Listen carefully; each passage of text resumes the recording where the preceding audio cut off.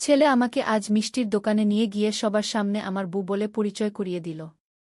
রাত্রির পাশেই নতুন একটা মিষ্টির দোকান খুলেছে। ছেলে বলল, মা চলো একবার দেখে আসি, এই দোকানে ঢুকে দেখি সুন্দর সব মিষ্টি সাজানো। দোকানদার এসে জিজ্ঞেস করল, কি নেবেন স্যার? ছেলে আমার দিকে তাকিয়ে বলল, ও আমার বউয়ের পছন্দ মিষ্টি দেন। আমি চমকে গেলাম। দোকানদার হেসে বলল, ভাবি কি পছন্দ করেন? আমি বিব্রত নির্বাক। আমি কিছু বলার আগেই ছেলে বলল, রসগোল্লা। ১০০ টাকার রসগোল্লা কিনে বাড়ি ফেরার পথে আমি জিজ্ঞেস করলাম, বউ কেন বলছিস? সে হাত খামিয়ে আমার সামনে দাঁড়াল। মা, আমি আর মিথ্যা বলতে চাই না। তোমাকে আমার বউ বলেই মনে হয়। যেভাবে তুমি আমার যত্ন নাও, রান্না করো, সব কিছুর খবর রাখো, এসব তো একজন স্ত্রী করে কি আমার মুখ দিয়ে কোনো কথা বেরোল না। মা, আমি তোমাকে ভালোবাসি। শুধু মা হিসেবে নয়, একজন নারী হিসেবে। আমি তোমাকে বিয়ে করতে চাই। আমরা এই শহর ছেড়ে অন্য কোথাও আমাদের ঘর বাঁধতে পারি না? যেখানে আমরা স্বামী স্ত্রী হিসেবে থাকব। রসগোল্লার মিষ্টি গন্ধ আমার নাকে আসছিল। কিন্তু আমার মুখ শুকিয়ে গেল। এই ছেলেটাকে আমি পেটে রেখেছি, জন্ম দিয়েছি, আর আজ সে আমাকে। এই গল্পটি সম্পূর্ণ শুনলে আপনাদের পানি অটোমেটিক বের হয়ে যাবে, সো যত দ্রুত সম্ভব হাতের কাছে টিস্যু নিয়ে বসে পড়ুন। বিছানার চাদর যেন নষ্ট না হয় সেটা সম্পূর্ণ খেয়াল রাখার অনুরোধ জানিয়ে গল্পটি এখন শুরু করব। তার আগে সর্বশেষ অনুরোধ, দয়া করে এমন পানি বের করার গল্প নিয়মিত শুনতে আমাদের চ্যানেলটি সকলেই সাবস্ক্রাইব করুন। ধন্যবাদ। হ্যালো বন্ধুরা, আমার নাম প্রীতি সেন। আমার বয়স ৪৫ বছর। আমার স্বামীর নাম রবীন্দ্র সেন, বয়স ৪৮ বছর। আমাদের ২ সন্তান, সুমিত আর রিয়া। সুমিত ২১ বছর বয়সী, বিশ্ববিদ্যালয়ে পড়ে। রিয়া ১৪ বছর বয়সী, স্কুলে যায়। আমার স্বামী রবীন্দ্র একজন ব্যবসায়ী। তার কাপড়ের ব্যবসা ভালোই চলে। কিন্তু গত কয়েক মাস ধরে তার মধ্যে একটা অদ্ভুত পরিবর্তন দেখছি। সে বাড়িতে কম আসে, আর এলেও কথা বলে কম। মোবাইল ফোনটা সবসময় লুকিয়ে রাখে। আমি যখন তার কাছে যাই সে অন্যমনস্ক থাকে। একদিন রাতে সে দেরিতে বাড়ি ফিরল। আমি জিজ্ঞেস করলাম, এত দেরি কেন? সে বলল, অফিসে অনেক কাজ ছিল, কিন্তু তার গায়ে একটা অন্যরকম পারফিউমের গন্ধ। এমন পারফিউম যা আমি কখনো কিনিনি। পরের দিন সকালে সুমিত আমার কাছে এলো। মা, তুমি একটু আমার সাথে বাজারে যাবে? আমার একটা কাজ আছে। আমি বললাম, কি কাজ? সে বলল, গেলেই বুঝতে পারবে। বাজারে গিয়ে সুমিত আমাকে একটা ইলেকট্রনিক্স দোকানের সামনে নিয়ে গেল। দোকানদার তাকে দেখেই বলল, আরে সুমিত ভাই, এসে গেছেন? জিনিসটা রেডি আছে কি? সুমিত একটা ছোট্ট ডিভাইস নিল। আমি জিজ্ঞেস করলাম, এইটা কি? সে বলল, এইটা একটা জিপিএস ট্র্যাকার। বাবার গাড়িতে লাগিয়ে দেব। আমি চমকে গেলাম। কেন? তোর বাবাকে ট্র্যাক করবি কেন? সুমিত গম্ভীর হয়ে বলল, মা, বাবার আচরণ দেখছ না? কিছু একটা হচ্ছে। আমার সন্দেহ হচ্ছে বাবার অন্য কেউ আছে। আমার পা কাঁপতে শুরু করল। তুই কি বলছিস সুমিত? তোর বাবা এমন কিছু করতে পারে না। সুমিত আমার হাত ধরে বলল, মা, আমি গত কয়েকদিন খেয়াল করেছি। বাবা রাতে ফোনে কার সাথে যেন কথা বলে। আর সেই কথাগুলো শুনে আমার মনে হয় না যে সেটা কোনো ব্যবসায়িক আলোচনা। আমি কিছু বলতে পারলাম না। সুমিত আরও বলল, আর একদিন আমি দেখেছি বাবা তার ওয়ালেট থেকে একটা ছবি বের করে দেখছিল। সেটা তোমার ছবি না মা। একটা মেয়ের ছবি ছিল। বয়স বেশি হবে না, হয়তো ২৫-৩০-এর মধ্যে। আমার মাথা ঝিমঝিম করতে শুরু করল। আমি একটা রিকশায় উঠে বাড়ি ফিরে এলাম। সুমিত বলল, মা, তুমি চিন্তা করো না। আমি ট্র্যাকার লাগিয়ে দেব। তারপর আমরা জানতে পারব বাবা আসলে কোথায় যায়। সেই রাতে রবীন্দ্র যখন ঘুমিয়ে গেল, সুমিত চুপি চুপি গাড়িতে ট্র্যাকার লাগিয়ে দিল। পরের দিন সকালে রবীন্দ্র অফিসে যাওয়ার নাম করে বেরিয়ে গেল। সুমিত তার মোবাইলে ট্র্যাকিং অ্যাপ খুলে দেখতে লাগল। মা, বাবা অফিসে যায়নি। সে সিটির অন্য দিকে গেছে। গুলশান এলাকার দিকে। সুমিত আমাকে বলল, চলো মা, আমরাও যাই। দেখি বাবা আসলে কি করে। আমি কাঁপতে কাঁপতে সুমিতের সাথে একটা সিএনজি নিলাম। ট্র্যাকার অনুযায়ী গিয়ে দেখি একটা অ্যাপার্টমেন্ট বিল্ডিং। সুমিত বলল, বাবার গাড়ি ওই পার্কিংয়ে আছে। ৪র্থ তলায় গেছে। আমরা লিফটে ৪র্থ তলায় উঠলাম। একটা ফ্ল্যাটের সামনে দাঁড়িয়ে আছি। সুমিত ইশারায় বলল, মা, এই ফ্ল্যাট থেকে আওয়াজ আসছে। আমি কান পেতে শুনতে পেলাম রবীন্দ্রের হাসির আওয়াজ। আর একটা মেয়ের গলাও শোনা যাচ্ছে। আমার পুরো দুনিয়া যেন ভেঙে গেল। 21 বছরের বিবাহিত জীবন, 2 সন্তান। আর আজ সুমিত আমার হাত ধরে বলল, মা, আমরা ভিতরে যাব না। প্রমাণ সংগ্রহ করি আগে কি সে তার মোবাইল দিয়ে ফ্ল্যাটের নাম্বার আর বিল্ডিং এর ছবি তুলল। পরের কয়েকদিন আমি একটা জীবন্মৃত মানুষের মতো ছিলাম। রবীন্দ্র যখন বাড়ি আসত, আমি তার দিকে তাকাতে পারতাম না। রিয়া জিজ্ঞেস করত, মা, তুমি অসুস্থ নাকি? তোমাকে খুব বিষণ্ণ লাগছে আমি শুধু বলতাম, না মা, কিছু না গি। সুমিত ততদিনে আরও তথ্য সংগ্রহ করেছে। সে আমাকে বলল, মা, বাবার যার সাথে সম্পর্ক তার নাম সুমিত্রা। বয়স 27 বছর। একটা ব্যাংকে চাকরি করে। বাবা প্রতিদিন ওর ফ্ল্যাটে যায়। আমি জিজ্ঞেস করলাম, এখন কি করব? সুমিত বলল, মা, তুমি বাবাকে সরাসরি জিজ্ঞেস করো। হয়তো বাবা সত্যি বলবে গি। সেই রাতে রবীন্দ্র যখন বাড়ি ফিরল, আমি তার সামনে গিয়ে দাঁড়ালাম। রবীন্দ্র, আমাকে একটা কথা বলো। তুমি কি আমাকে ভালোবাসো? রবীন্দ্র চমকে গেল। এ কি প্রশ্ন প্রীতি? অবশ্যই ভালোবাসি। আমি আরও এগিয়ে গেলাম। তাহলে তুমি প্রতিদিন গুলশানের ওই ফ্ল্যাটে কেন যাও? সুমিত্রার কাছে কেন যাও? রবীন্দ্রের মুখের রং পাল্টে গেল। সে কিছুক্ষণ নীরব থেকে বলল, তুমি কিভাবে জানলে? আমি বললাম, সেটা এখন গুরুত্বপূর্ণ না। তুমি কেন এমন করছ? রবীন্দ্র সোফায় বসে পড়ল। প্রীতি, আমি জানি আমি খুব ভুল করেছি। কিন্তু সুমিত্রার সাথে যেটা হয়েছে সেটা অনেক জটিল। আমি বললাম, কি মানে জটিল? রবীন্দ্র বলল, সুমিত্রা আমার প্রেমিকা না প্রীতি। সে আমার বোন। আমি অবাক হয়ে গেলাম। বোন? কি বলছো তুমি? রবীন্দ্র বলল, হ্যাঁ, আমার বৈপিত্রের বোন। আমার বাবার দ্বিতীয় স্ত্রীর মেয়ে গি। আমার মাথায় কিছু ঢুকছে না। কিন্তু তুমি তো কখনো বলনি যে তোমার কোনো বোন আছে কি? রবীন্দ্র বলল, কারণ আমার বাবার সাথে আমার সম্পর্ক ভালো ছিল না। তিনি যখন দ্বিতীয় বিয়ে করেন, আমি বাড়ি ছেড়ে চলে আসি। সুমিত্রা তখন খুব ছোট ছিল। তাহলে এখন হঠাৎ? আমি বলতে গেলাম। রবীন্দ্র বলল, গত মাসে সুমিত্রা আমার সাথে যোগাযোগ করে। বলে যে তার বড় সমস্যা হয়েছে। তার প্রেমিক তাকে ছেড়ে দিয়েছে। আর সে গর্ভবতী। আমার পুরো দুনিয়া আবার উল্টে গেল। গর্ভবতী? তাহলে তুমি? রবীন্দ্র তাড়াতাড়ি বলল, না না প্রীতি, আমি কোনো ভুল কাজ করিনি। আমি শুধু তাকে সাহায্য করছি। তার থাকার জায়গার ব্যবস্থা করেছি। ডাক্তার দেখাচ্ছি। তার কিছু খরচাপাতি দিচ্ছি। আমি বুঝতে পারলাম না কি বলবো। রবীন্দ্র আরও বলল, প্রীতি, আমি তোমাকে বলতে চেয়েছিলাম, কিন্তু ভাবছিলাম কিভাবে বলবো। তুমি কি ভাববে? আর সুমিত্রাও চাচ্ছিল না যে কেউ জানুক। আমি জিজ্ঞেস করলাম। রবীন্দ্র রাহুলকে বলল, তুমি চলে যাও। সুমিত্রা তোমার সাথে যেতে চায় না। রাহুল বলল, আমি পুলিশে খবর দেব। বলবো আপনারা আমার বুকে জোর করে রেখেছেন গি। আমি বললাম, রাহুল, তুমি সুমিত্রাকে ছেড়ে দিয়েছিলে। এখন সে গর্ভবতী জেনে এসেছ। এতে তোমার সততা কোথায়? রাহুল বলল, আমাকে সততার কথা বলবেন না। আমি আমার অধিকার বুঝে নেব। সেই রাতে আমরা সিদ্ধান্ত নিলাম যে সুমিত্রাকে অন্য কোথাও পাঠিয়ে দিতে হবে। রবীন্দ্রের চট্টগ্রামে একটা আত্মীয় আছে।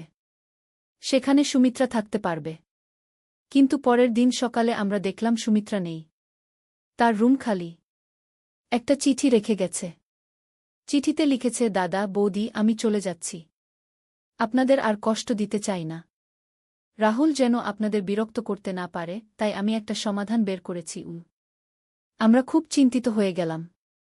সুমিত্রাকে খোঁজ করতে শুরু করলাম। সুমিত তার বন্ধুদের ফোন করল। কিন্তু কেউ তাকে দেখেনি। 3 দিন পর পুলিশ ফোন করল। বলল যে সুমিত্রা হাসপাতালে আছে। সে একটা দুর্ঘটনার শিকার হয়েছে। আমরা ছুটে হাসপাতালে গেলাম। ডাক্তার বলল, রোগীর অবস্থা স্থিতিশীল। কিন্তু দুর্ভাগ্যবশত সে তার গর্ভের বাচ্চা হারিয়েছে। আমার মনে হলো আকাশ ভেঙে পড়ল। সুমিত্রা যখন জ্ঞান ফিরল, সে আমাদের দেখে কাঁদতে শুরু করল।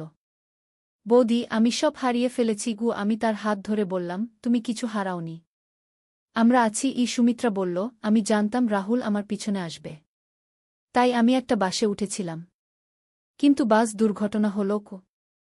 হাসপাতাল থেকে ছাড়া পাওয়ার পর সুমিত্রা আমাদের সাথেই থাকল। রাহুলও আর আসল না। হয়তো সে জেনে গেছে যে আর কিছু নেই যার জন্য সে দাবি করতে পারে। কিন্তু আমাদের পারিবারিক সমস্যা এখানেই শেষ না। কয়েক সপ্তাহ পর রিয়া খুব অসুস্থ হয়ে পড়ল। তার খুব জ্বর আর কাশি। ডাক্তারের কাছে নিয়ে গেলে তিনি বললেন, এটা সাধারণ সর্দি-কাশি না। আরও পরীক্ষা করতে হবে। রিয়ার রক্ত পরীক্ষা করার পর ডাক্তার আমাদের তার রুমে ডাকলেন। তিনি গম্ভীর মুখে বললেন, রিয়ার ব্লাড ক্যান্সার হয়েছে। লিউকেমিয়া কি? আমি যেন পাথর হয়ে গেলাম। ক্যান্সার? কিন্তু সে তো এত ছোটও। ডাক্তার বললেন, এই বয়সেও এই রোগ হতে পারে। তবে চিকিৎসা আছে। কিমোথেরাপি দিতে হবে। খরচ অনেক। রবীন্দ্র জিজ্ঞেস করল, কত লাগতে পারে? ডাক্তার বললেন, ৫ থেকে ৭ লক্ষ টাকা। আমাদের হাতে এত টাকা নেই। রবীন্দ্রের ব্যবসা ভালো চললেও এত বড় অঙ্কের টাকা একসাথে জোগাড় করা সম্ভব না। আমি জিজ্ঞেস করলাম, চিকিৎসা না করালে কি হবে? ডাক্তার মাথা নেড়ে বললেন, তাহলে রিয়ার বাঁচার সম্ভাবনা কম। সেই রাতে আমরা পুরো পরিবার বসে আলোচনা করলাম। সুমিত বলল, আমি আমার পড়াশোনা বন্ধ করে চাকরি করব। আমি বললাম, না সুমিত, তোর পড়াশোনা বন্ধ করার দরকার নেই। আমি কোনো না কোনোভাবে টাকার ব্যবস্থা করব। সুমিত্রা বলল, বৌদি, আমার কিছু গহনা আছে। সেগুলো বিক্রি করে দিন। আমি বললাম, না সুমিত্রা, ওগুলো তোর মায়ের স্মৃতি। সুমিত্রা কাঁদতে কাঁদতে বলল, রিয়ার জীবন বাঁচানোর চেয়ে বড় কোনো স্মৃতি নেই। রবীন্দ্র বলল, আমি বাড়িটা বন্ধক রাখব বা বিক্রি করে দেব। আমি বললাম, এই বাড়িতে আমাদের এত স্মৃতি, কিন্তু রিয়ার জীবনের চেয়ে কিছু বড় না। পরের দিন আমরা বিভিন্ন জায়গায় টাকার খোঁজ করতে শুরু করলাম। রবীন্দ্র তার বন্ধুদের কাছ থেকে টাকা ধার চাইল। আমি আমার গহনাগুলো বিক্রি করে দিলাম। সুমিত্রাও তার সব গহনা দিয়ে দিল। কিন্তু এভাবে মাত্র ২ লক্ষ টাকা জোগাড় হল। আরও ৩ লক্ষ টাকা লাগবে। ডাক্তার বললেন, যত তাড়াতাড়ি চিকিৎসা শুরু করা যায় তত ভালো।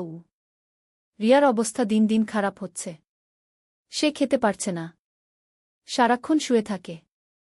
আমি তার পাশে বসে থাকি আর ভাবি কি করব। একদিন সুমিত আমার কাছে এলো। মা, আমার একটা পরিকল্পনা আছে। আমি জিজ্ঞেস করলাম, কি পরিকল্পনা? সে বলল, আমার এক বন্ধু আছে। তার বাবা খুব বড়লোক।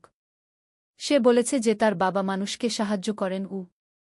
আমি বললাম, সে কি ধরনের সাহায্য করেন? সুমিত কিছুটা ইতস্তত করে বলল, মা, সেটা একটু জটিল। তার বাবা মানুষকে টাকা দেন, কিন্তু বিনিময়ে কিছু চান। আমি সন্দেহের চোখে তাকালাম।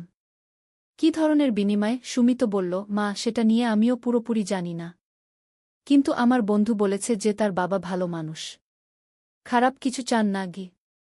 আমি বললাম, সুমিত, আমরা এমন কিছু করতে পারি না যেটা ঠিক না। সুমিত বলল, মা, রিয়ার জীবন বাঁচাতে যদি আমাদের কিছু করতে হয় তাহলে আমরা করব। সেই রাতে রবীন্দ্রকে সব বললাম। রবীন্দ্র বলল, প্রীতি, আমরা একবার দেখতে পারি। যদি কিছু ভুল মনে হয় আমরা ফিরে আসব। পরের দিন সুমিত আমাদের একটা বড় বাড়িতে নিয়ে গেল, ধনপতি এলাকায়। বাড়িটা দেখে মনে হচ্ছে কোনো রাজার প্রাসাদ। সুমিতের বন্ধু আর্জন আমাদের ভিতরে নিয়ে গেল। আর্জনের বাবা মি রায়চৌধুরী একজন ভদ্র মানুষ মনে হল। তিনি আমাদের সাথে খুব ভদ্রভাবে কথা বললেন। আপনাদের মেয়ের চিকিৎসার জন্য টাকা লাগবে? আমি বললাম, জি, ৩ লক্ষ টাকা।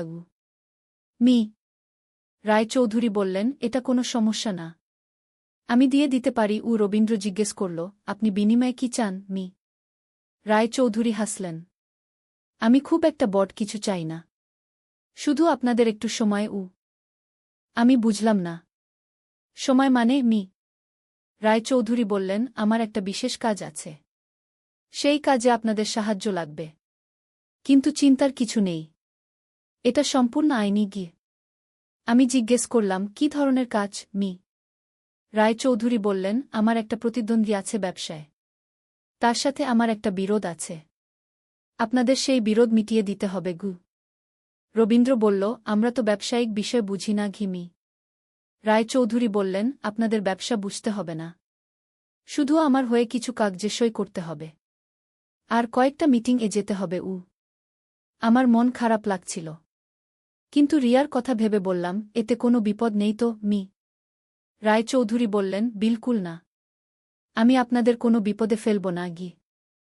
আমরা রাজি হয়ে গেলাম। মি রায়চৌধুরী সেই দিনই ৩ লক্ষ টাকা দিয়ে দিলেন। আমরা সোজা হাসপাতালে গিয়ে রিয়ার চিকিৎসা শুরু করলাম। ডাক্তার বললেন, সময়মতো চিকিৎসা শুরু হয়েছে। রিয়ার বাঁচার সম্ভাবনা ভালো, আমার মনে একটু স্বস্তি এল। কিন্তু এক সপ্তাহ পর রায়চৌধুরী আমাদের ডাকলেন।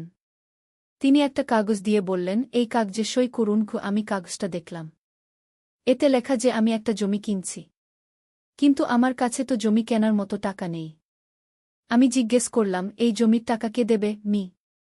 রায়চৌধুরী বললেন, আমি দেব। আপনি শুধু সই করুন। রবীন্দ্র বলল, কিন্তু এতে আমাদের নামে জমি হয়ে যাবে মি? রায়চৌধুরী বললেন, হ্যাঁ, কাগজে আপনাদের নাম থাকবে। কিন্তু জমির মালিকানা আমার খুব সন্দেহ হচ্ছিল। কিন্তু রিয়ার চিকিৎসার কথা ভেবে সই করে দিলাম।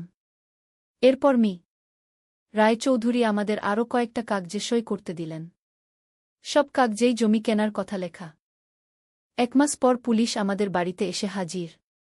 তারা বলল, আপনারা অবৈধভাবে সরকারি জমি দখল করেছেন। আমি বললাম, কি বলছেন?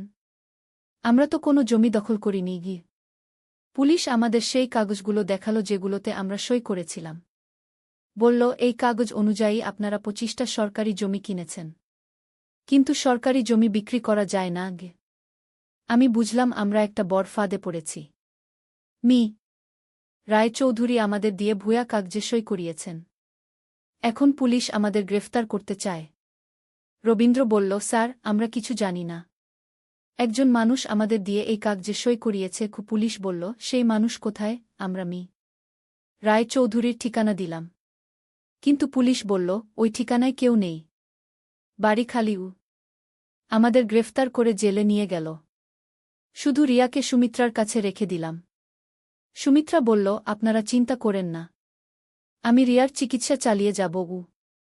জেলে 3 দিন থাকার পর আমাদের আইনজীবী জামিনের ব্যবস্থা করল। বাড়ি ফিরে দেখি সুমিত্রা কাঁদছে। আমি জিজ্ঞেস করলাম, কি হয়েছে? সুমিত্রা বলল, বৌদি, রিয়ার অবস্থা খারাপ। ডাক্তার বলেছেন চিকিৎসার টাকা না দিলে চিকিৎসা বন্ধ করে দেবেন।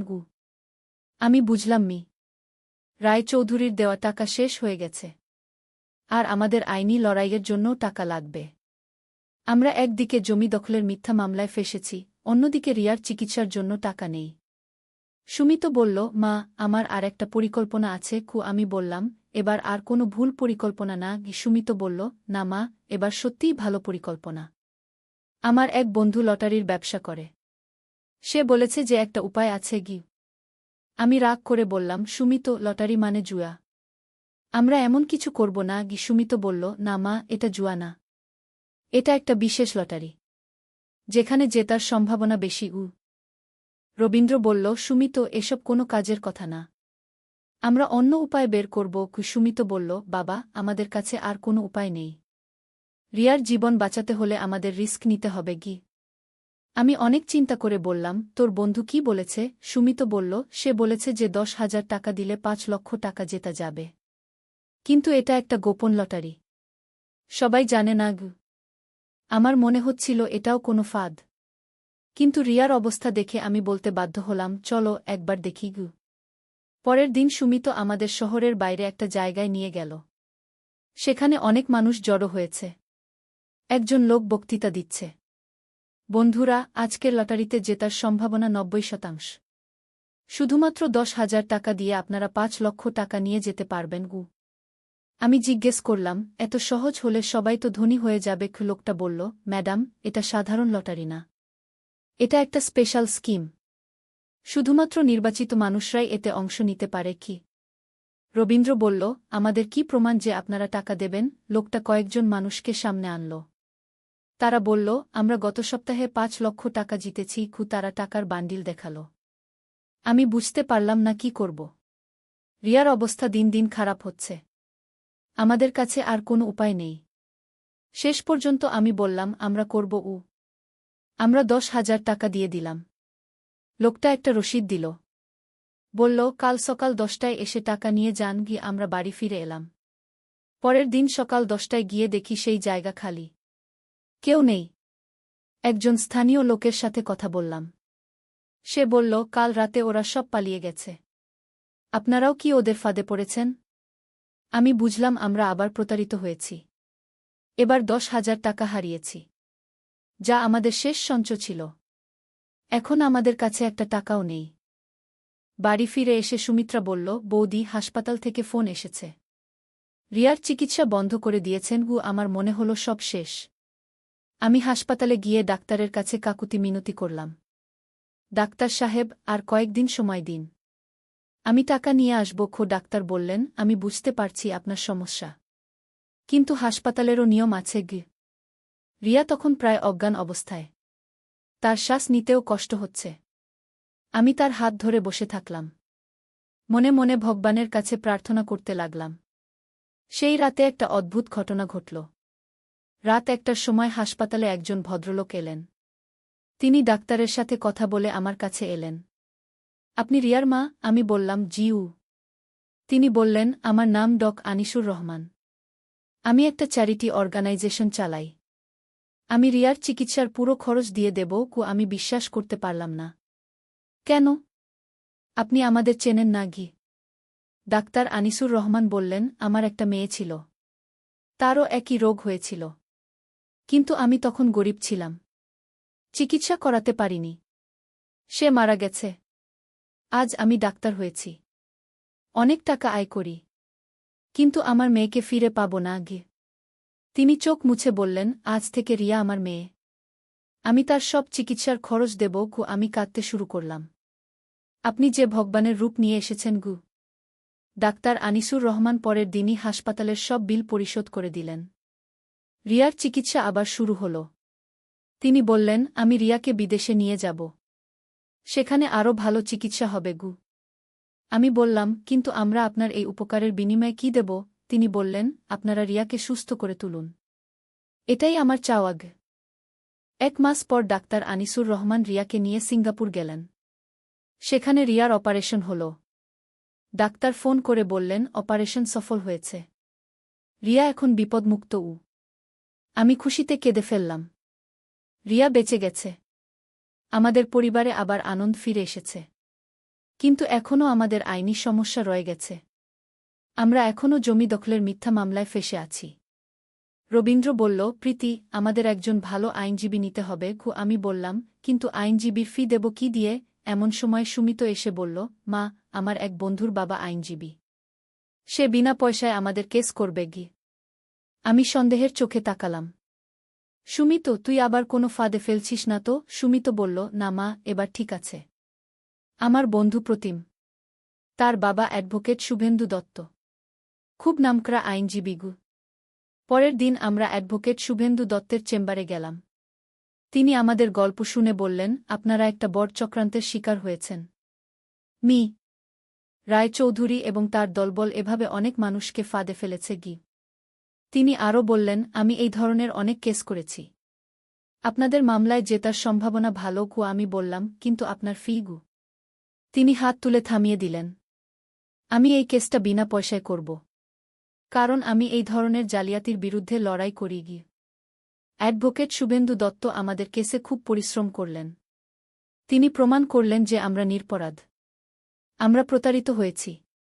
আদালত আমাদের নির্দোষ বলে রায় দিল। এর কয়েক মাস পর পুলিশ মি রায়চৌধুরী এবং তার দলবলকে গ্রেফতার করল। তারা অনেক মানুষকে প্রতারণা করেছে। হাজার হাজার টাকা আত্মসাৎ করেছে। রিয়া সিঙ্গাপুর থেকে সুস্থ হয়ে ফিরে এল।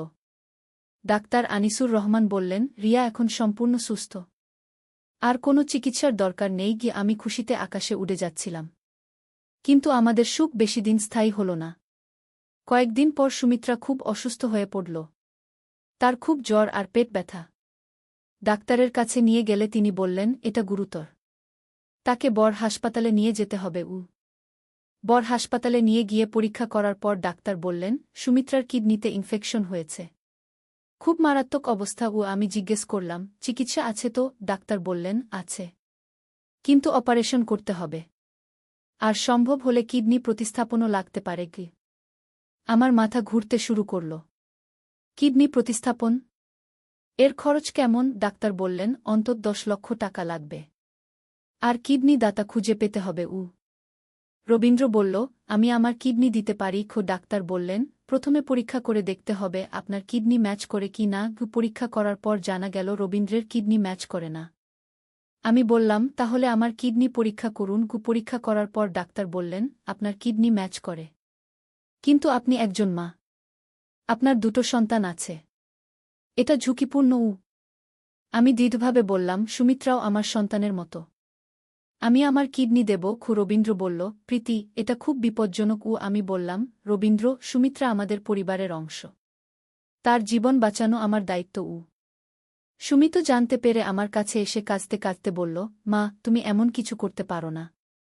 তোমার দুটো সন্তান আছে। আমি বললাম, সুমিত, তুইও আমার সন্তান। আমি তোকে ছেড়ে দিতে পারি না। রিয়াও বলল, মা, ফুফুর জন্য তুমি তোমার কিডনি দেবে? আমি বললাম, হ্যাঁ মা। ফুফু আমাদের পরিবারের মানুষ। রিয়া বলল, তাহলে আমিও সাহায্য করব। আমি রক্ত দেব। অপারেশনের আগের রাতে সুমিত্রা আমার হাত ধরে বলল, বৌদি, আমি আপনার এই ঋণ কোনোদিন শোধ করতে পারব না। আমি বললাম, ঋণটিন কিছু নেই। আমরা পরিবার। পরের দিন অপারেশন হল। আমার একটা কিডনি সুমিত্রার শরীরে প্রতিস্থাপন করা হল। অপারেশন সফল হয়েছে বলে ডাক্তার জানালেন। কিন্তু আমার শরীরে একটা কিডনি থাকায় আমাকে খুব সাবধানে চলতে হবে। ডাক্তার বললেন, আপনি এখন ঝুঁকিতে আছেন। কোনো ইনফেকশন হলে মারাত্মক হতে পারে। 2 সপ্তাহ পর আমরা দুজনেই হাসপাতাল থেকে ছাড়া পেলাম। সুমিত্রা এখন অনেক ভালো। তার নতুন কিডনি ভালোভাবে কাজ করছে। এর কয়েক মাস পর আমাদের পরিবারে আরেকটা সুখবর এল। সুমিত বিশ্ববিদ্যালয়ে ভর্তির পরীক্ষায় প্রথম স্থান অধিকার করল। তাকে পূর্ণ বৃত্তি দেওয়া হল। সুমিত খুশি হয়ে বলল, মা, আমি ডাক্তার হব। আর তোমার মতো মানুষদের সেবা করব। আমি বললাম, খুব ভালো কথা। তুই মানুষের সেবা করিস। রিয়াও তার পড়াশোনায় খুব ভালো করছে। সে বলেছে বড় হয়ে সে শিক্ষক হবে। ছোট ছোট বাচ্চাদের পড়াবে। সুমিত্রা এখন একটা অফিসে চাকরি করে। সে বলেছে সে বিয়ে করবে না। আমাদের সেবা করেই জীবন কাটাবে। আমি বলেছি, সুমিত্রা, তোর বিয়ে হওয়া উচিত। তুই সুখী হও। কিন্তু সে বলেছে, বৌদি, আমি এই পরিবারেই খুশি। আপনারাই আমার সব। এভাবে আমাদের পরিবারে শান্তি ফিরে এলো। কিন্তু জীবনে সবসময় যে শান্তি থাকে তা না।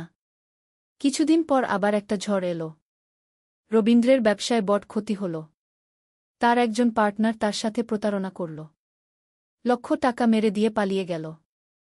রবীন্দ্র খুব বিষণ্ণ হয়ে গেল। সে বাড়িতে চুপচাপ বসে থাকে। খেতেও চায় না। আমি তাকে বোঝাতে চেষ্টা করি, রবীন্দ্র, টাকা পয়সা আবার আসবে। তুমি হতাশ হজো না।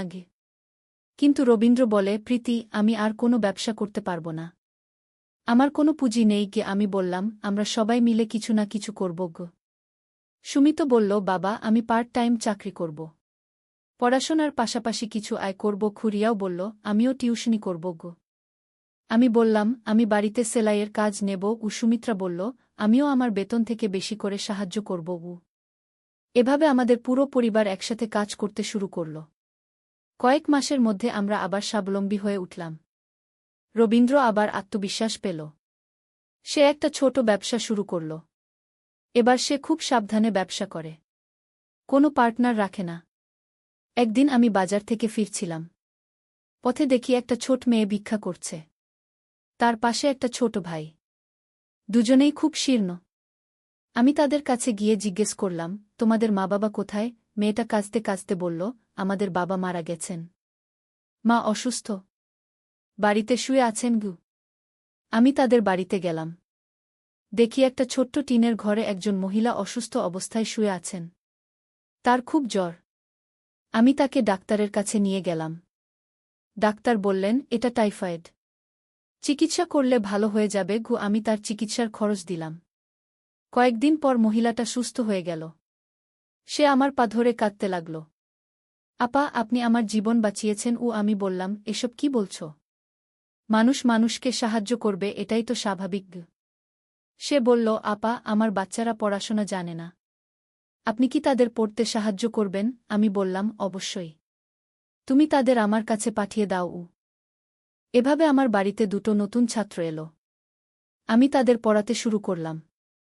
দেখলাম ওরা খুব মেধাবী। একটু সুযোগ পেলে অনেক ভালো করবে। কয়েক মাস পর তারা স্কুলের পরীক্ষায় খুব ভালো রেজাল্ট করল। ওদের মা আমার কাছে এসে বলল, আপা, আপনি আমার বাচ্চাদের জীবন বদলে দিয়েছেন। আমি বুঝলাম যে সত্যিকারের সুখ অন্যকে সাহায্য করার মধ্যে। আমি আরও বেশি করে মানুষকে সাহায্য করতে শুরু করলাম। আমার এই কাজের কথা শুনে পাড়ার আরও অনেক মানুষ আমার কাছে সাহায্য চাইতে এলো। আমি যতটুকু পারি সবাইকে সাহায্য করি। একদিন স্থানীয় একটা পত্রিকার রিপোর্টার আমার কাছে এলো। সে বলল, আপা, আপনার সেবার কাজের কথা আমরা পত্রিকায় ছাপাতে চাই। আমি বললাম, এতে আমার কোনো আপত্তি নেই। তবে এটা কোনো প্রচারের জন্য না। আমি শুধু মানুষের সেবা করি। পত্রিকায় আমার সম্পর্কে লেখা ছাপানোর পর অনেক মানুষ আমাকে চিনতে পারল। অনেকে আমার কাজে সাহায্য করতে এগিয়ে এলো। আমি একটা ছোট দাতব্য সংস্থা গড়ে তুললাম। নাম দিলাম মানবসেবা সংস্থা। এই সংস্থার মাধ্যমে আমি আরও বেশি মানুষকে সাহায্য করতে পারি। সুমিত এখন ৩য় বর্ষে পড়ে। সে খুব ভালো ফলাফল করছে। ডাক্তার হওয়ার স্বপ্ন দেখছে। রিয়া এখন হাই স্কুলে পড়ে।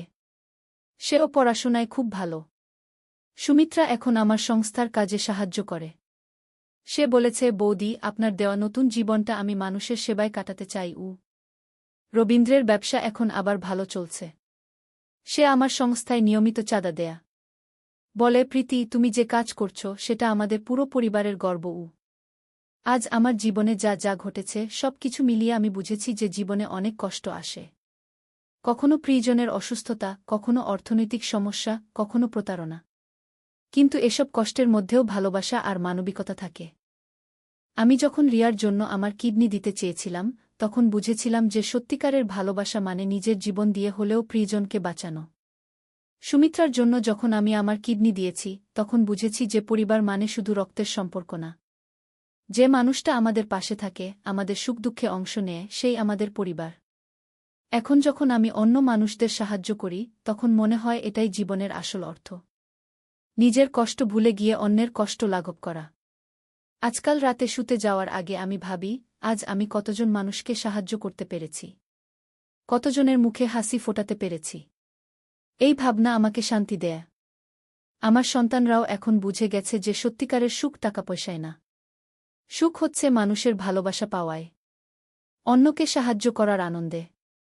সুমিত এখন বলে, মা, তুমি আমাদের শুধু জীবনযাত্রার নিয়ম শেখাওনি, তুমি আমাদের মানুষ হতে শিখিয়েছ গু। রিয়া বলে, মা, আমি বড় হয়ে তোমার মতো মানুষের সেবা করব গু। সুমিত্রা বলে, বৌদি, আপনি আমার শুধু জীবন বাঁচাননি, আপনি আমাকে বাঁচার একটা উদ্দেশ্য দিয়েছেন গু। রবীন্দ্র বলে, প্রীতি, তুমি আমাদের পরিবারের আলো। তোমার কারণেই আমরা সবাই ভালো মানুষ হতে পেরেছি। আমি মনে মনে ভাবি, মানুষের জীবনে যত কষ্টই আসুক, যত বিপদই আসুক, যদি আমাদের হৃদয়ে ভালোবাসা থাকে, তাহলে সব কিছু সহ্য করা যায়। সব সমস্যার সমাধান হয়। আর সবচেয়ে বড় কথা হচ্ছে, আমরা যদি অন্যের জন্য কিছু করতে পারি, তাহলে জীবনটা সার্থক হয়।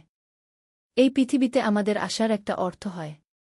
আমি এখন প্রতিদিন সকালে উঠে ভগবানের কাছে প্রার্থনা করি, হে ভগবান, আমাকে এমন শক্তি দাও যাতে আমি আরও বেশি মানুষের সেবা করতে পারি। আমার পরিবারকে সুস্থ রেখো। আর সবাইকে মানবিক গুণাবলী দিয়ে ভরিয়ে রেখো। এভাবেই আমার জীবনের গল্প। একটা সাধারণ পরিবারের স্ত্রী আর মা থেকে একজন সমাজসেবিকা হয়ে ওঠার গল্প। এই গল্পে অনেক কষ্ট আছে, অনেক আনন্দ আছে। কিন্তু সবচেয়ে বেশি আছে ভালোবাসা আর মানবিকতা। আমি আশা করি আমার এই গল্প শুনে অন্যরাও অনুপ্রাণিত হবে। বুঝবে যে জীবনে যত সমস্যাই আসুক, ভালোবাসা আর মানবিকতা দিয়ে সব সমাধান করা যায়। আর সবচেয়ে বড় কথা, আমরা যদি নিজের চেয়ে অন্যকে বেশি ভালোবাসতে পারি, তাহলে আমাদের জীবন সার্থক হয়। আমরা সত্যিকারের মানুষ হতে পারি। আজ ছেলে নতুন ফ্ল্যাটের চাবি দিয়ে বলল, মা, এই বাড়িতে আমরা স্বামী-স্ত্রী হয়ে থাকব। আমি চমকে উঠে বললাম, কি বলছিস? সে চাবিটা আমার হাতে রেখে বলল, আমি এই ফ্ল্যাট কিনেছি আমাদের জন্য। আমার আর তোমার জন্য। আমি অবাক হয়ে জিজ্ঞেস করলাম, কেন? সে আমার 2 হাত ধরে বলল, কারণ আমি তোমাকে ভালোবাসি মা। আমি তোমাকে আমার স্ত্রী হিসেবে চাই। নতুন ফ্ল্যাটের চাবির ঠান্ডা স্পর্শ আমার হাতের তালুতে অনুভব করলাম। সে বলল, এই বাড়িতে আমরা নতুন জীবন শুরু করব। কেউ আমাদের চিনবে না। আমি বললাম, তুই কি করেছিস? সে আমার কপালে হাত রেখে বলল, আমি তোমার জন্য একটা সুন্দর ভবিষ্যৎ তৈরি করেছি। ফ্ল্যাটের ছবি দেখিয়ে সে বলল, দেখো কত সুন্দর। বেডরুমটা তোমার পছন্দের রঙে করিয়েছি। আমার গলা শুকিয়ে গেল। সে আমার কানের কাছে এসে বলল, মা, আমি তোমাকে এই বাড়িতে নিয়ে গিয়ে বিয়ে করব। আমি কাঁপতে কাঁপতে বললাম, এটা ঠিক হবে না। কিন্তু সে আমার ঠোঁটে আঙুল রেখে বলল, সব ঠিক হবে মা। আমি তোমাকে খুশি রাখব। চাবির রিং আমার হাতে ঝনঝন শব্দ করল। এই গল্পটি সম্পূর্ণ শুনলে আপনাদের পানি অটোমেটিক বের হয়ে যাবে, সো যত দ্রুত সম্ভব হাতের কাছে টিস্যু নিয়ে বসে পড়ুন। বিছানার চাদর যেন নষ্ট না হয় সেটা সম্পূর্ণ খেয়াল রাখার অনুরোধ জানিয়ে গল্পটি এখন শুরু করব। তার আগে সর্বশেষ অনুরোধ, দয়া করে এমন পানি বের করার গল্প নিয়মিত শুনতে আমাদের চ্যানেলটি সকলেই সাবস্ক্রাইব করুন। ধন্যবাদ। হ্যালো বন্ধুরা, আমার নাম প্রিয়াঙ্কা শর্মা। আমার বয়স 40 বছর। আমার স্বামীর নাম রাজীব শর্মা, বয়স 43 বছর। আমাদের 2 সন্তান, অভিষেক আর রিয়া। অভিষেক 20 বছর বয়সী, বিশ্ববিদ্যালয়ে পড়ে। রিয়া 13 বছর বয়সী, স্কুলে যায়। আজকে যে ঘটনার কথা বলবো সেটা আমাদের পরিবারের একটা অদ্ভুত রহস্যময় অভিজ্ঞতা। শুরুতে যা মনে হয়েছিল আসলে ব্যাপারটা সম্পূর্ণ আলাদা ছিল। কিন্তু এই গল্পের মধ্যে এমন সব রহস্য আছে যা আপনাদের চমকে দেবে। সেদিন সকালে অভিষেক যখন নতুন ফ্ল্যাটের কথা বলল, আমি প্রথমে তার কথাগুলো ভুল বুঝেছিলাম। আসলে সে যা বোঝাতে চেয়েছিল সেটা ছিল অন্য কিছু। কিন্তু তার কথা বলার ধরনটা এমন ছিল যে আমার মনে ভয় ধরে গিয়েছিল। 3 সপ্তাহ আগের কথা। অভিষেক তখন চাকরির জন্য ইন্টারভিউ দিতে গিয়েছিল একটা বিশেষ কোম্পানিতে, যাদের অফিস শহরের একেবারে কেন্দ্রে। সে ফিরে এসে বলল যে ইন্টারভিউ খুবই ভালো হয়েছে। কিন্তু যেদিন রেজাল্ট এল সেদিন অভিষেকের চেহারায় একটা অদ্ভুত অভিব্যক্তি দেখলাম। সে খুশি, কিন্তু সাথে একটা চিন্তার ছাপও আছে। আমি জিজ্ঞেস করলাম, কি হয়েছে বাবা? অভিষেক বলল, মা, চাকরিটা পেয়েছি। কিন্তু একটা শর্ত আছে গু। আমি বললাম, কি শর্ত? সে বলল, আমাকে কোম্পানির একটা বিশেষ প্রজেক্টে কাজ করতে হবে। এটা একটা গোপনীয় প্রজেক্ট। আর এর জন্য আমাকে একটা বিশেষ জায়গায় থাকতে হবে গি। আমি ভাবলাম এটা হয়তো কোনো আবাসিক প্রজেক্ট। অনেক কোম্পানিই তাদের কর্মীদের জন্য আবাসনের ব্যবস্থা করে। কিন্তু অভিষেক যখন বিস্তারিত বলল তখন আমার মনে সন্দেহ জাগল। সে বলল, মা, প্রজেক্টটা এমন যে আমি একা থাকতে পারব না। আমার সাথে পরিবারের কেউ থাকতে হবে গু। আমি জিজ্ঞেস করলাম, কেন? অভিষেক বলল, এটা একটা সামাজিক গবেষণা প্রজেক্ট। তারা দেখতে চায় কিভাবে বিভিন্ন পরিবার বিভিন্ন পরিস্থিতিতে মানিয়ে নেয়া গু। এরপর যা ঘটল সেটাই আমাদের পরিবারের জীবনে একটা বড় অ্যাডভেঞ্চার নিয়ে এল। অভিষেকের কোম্পানির পক্ষ থেকে একজন লোক এসেছিল আমাদের বাড়িতে। তার নাম ছিল জনাব মিত্র। খুবই ভদ্র মানুষ, কিন্তু তার চোখের মধ্যে একটা গভীরতা ছিল যেটা আমার একটু অস্বস্তি লাগছিল। জনাব মিত্র আমাদের বিস্তারিত বুঝিয়ে বললেন যে এই প্রজেক্টটা কি। তিনি বললেন, আমরা একটা বিশেষ গবেষণা করছি। আমাদের দেখতে হবে যে আধুনিক পরিবারগুলো কিভাবে নতুন পরিবেশে মানিয়ে নেয়া। অভিষেক আমাদের এই প্রজেক্টের জন্য নিখুঁত ক্যান্ডিডেটকে। রাজীব জিজ্ঞেস করল, এই প্রজেক্টে আমাদের কি করতে হবে? জনাব মিত্র বললেন, আপনাদের শুধু একটা নতুন পরিবেশে থাকতে হবে। আপনাদের স্বাভাবিক জীবনযাত্রা চালিয়ে যেতে হবে। আমরা পর্যবেক্ষণ করব কিভাবে আপনারা নতুন পরিবেশে মানিয়ে নিচ্ছেন গু। কথা শুনতে সহজ লাগছিল, কিন্তু আমার মনের মধ্যে একটা অস্বস্তি ছিল। রিয়া জিজ্ঞেস করল, আমার স্কুল কি হবে? জনাব মিত্র বললেন, চিন্তার কোনো কারণ নেই। নতুন জায়গায় আপনার জন্য একটা ভালো স্কুলের ব্যবস্থা আছে গি। সেই রাতে আমরা পরিবারের সবাই মিলে আলোচনা করলাম। রাজীব বলল, অভিষেকের ভবিষ্যতের জন্য এটা ভালো সুযোগ হতে পারে। আমিও একমত হলাম। কিন্তু একটা কথা বলি, মনের মধ্যে একটা অদ্ভুত অনুভূতি ছিল। পরের দিন জনাব মিত্র আবার এলেন। এবার তিনি একটা গাড়ি নিয়ে এসেছিলেন। তিনি বললেন, আজকে আপনাদের নতুন বাড়ি দেখাতে নিয়ে যাব। আমরা সবাই গাড়িতে উঠলাম। শহর থেকে প্রায় 1 ঘন্টা দূরে একটা এলাকায় আমাদের নিয়ে গেলেন। জায়গাটা খুবই সুন্দর। চারপাশে সবুজ গাছপালা, পরিষ্কার রাস্তা, সব কিছুই ঝকঝকে। কিন্তু একটা বিষয় লক্ষ্য করলাম, এই এলাকায় বাড়িগুলো একটু দূরত্বে। মানে প্রতিবেশীদের সাথে তেমন যোগাযোগের সুযোগ নেই। নতুন বাড়িটা দেখে আমার মুখ হা হয়ে গেল। এত সুন্দর! পুরো বাড়িটা আধুনিক স্থাপত্যে তৈরি। 3টা বেডরুম, 2টা বাথরুম, একটা বড় বসার ঘর, আধুনিক রান্নাঘর, আর একটা ছোট্ট বাগান। সব কিছুই পরিপাটি। জনাব মিত্র বললেন, এই বাড়িতে আপনাদের সব ধরনের সুবিধা আছে। ইন্টারনেট, কেবল টিভি, সব আধুনিক যন্ত্রপাতি। খুঁড়িয়া উৎসাহিত হয়ে বলল, ওয়াও! আমার রুমটা কোনটা? জনাব মিত্র তাকে একটা সুন্দর রুম দেখালেন যেটায় পড়ার টেবিল, আলমারি, সব কিছুই আছে। সেদিনই আমরা এই নতুন বাড়িতে উঠে এলাম। প্রথম কয়েকদিন সব কিছু স্বাভাবিক ছিল। অভিষেক তার নতুন চাকরিতে যোগ দিল। রিয়া নতুন স্কুলে ভর্তি হল। রাজীব তার অফিসে যাতায়াত করতে একটু বেশি সময় লাগছিল, কিন্তু সে কোনো অভিযোগ করেনি। কিন্তু প্রায় 1 সপ্তাহ পরে আমি অদ্ভুত কিছু জিনিস লক্ষ্য করতে শুরু করলাম।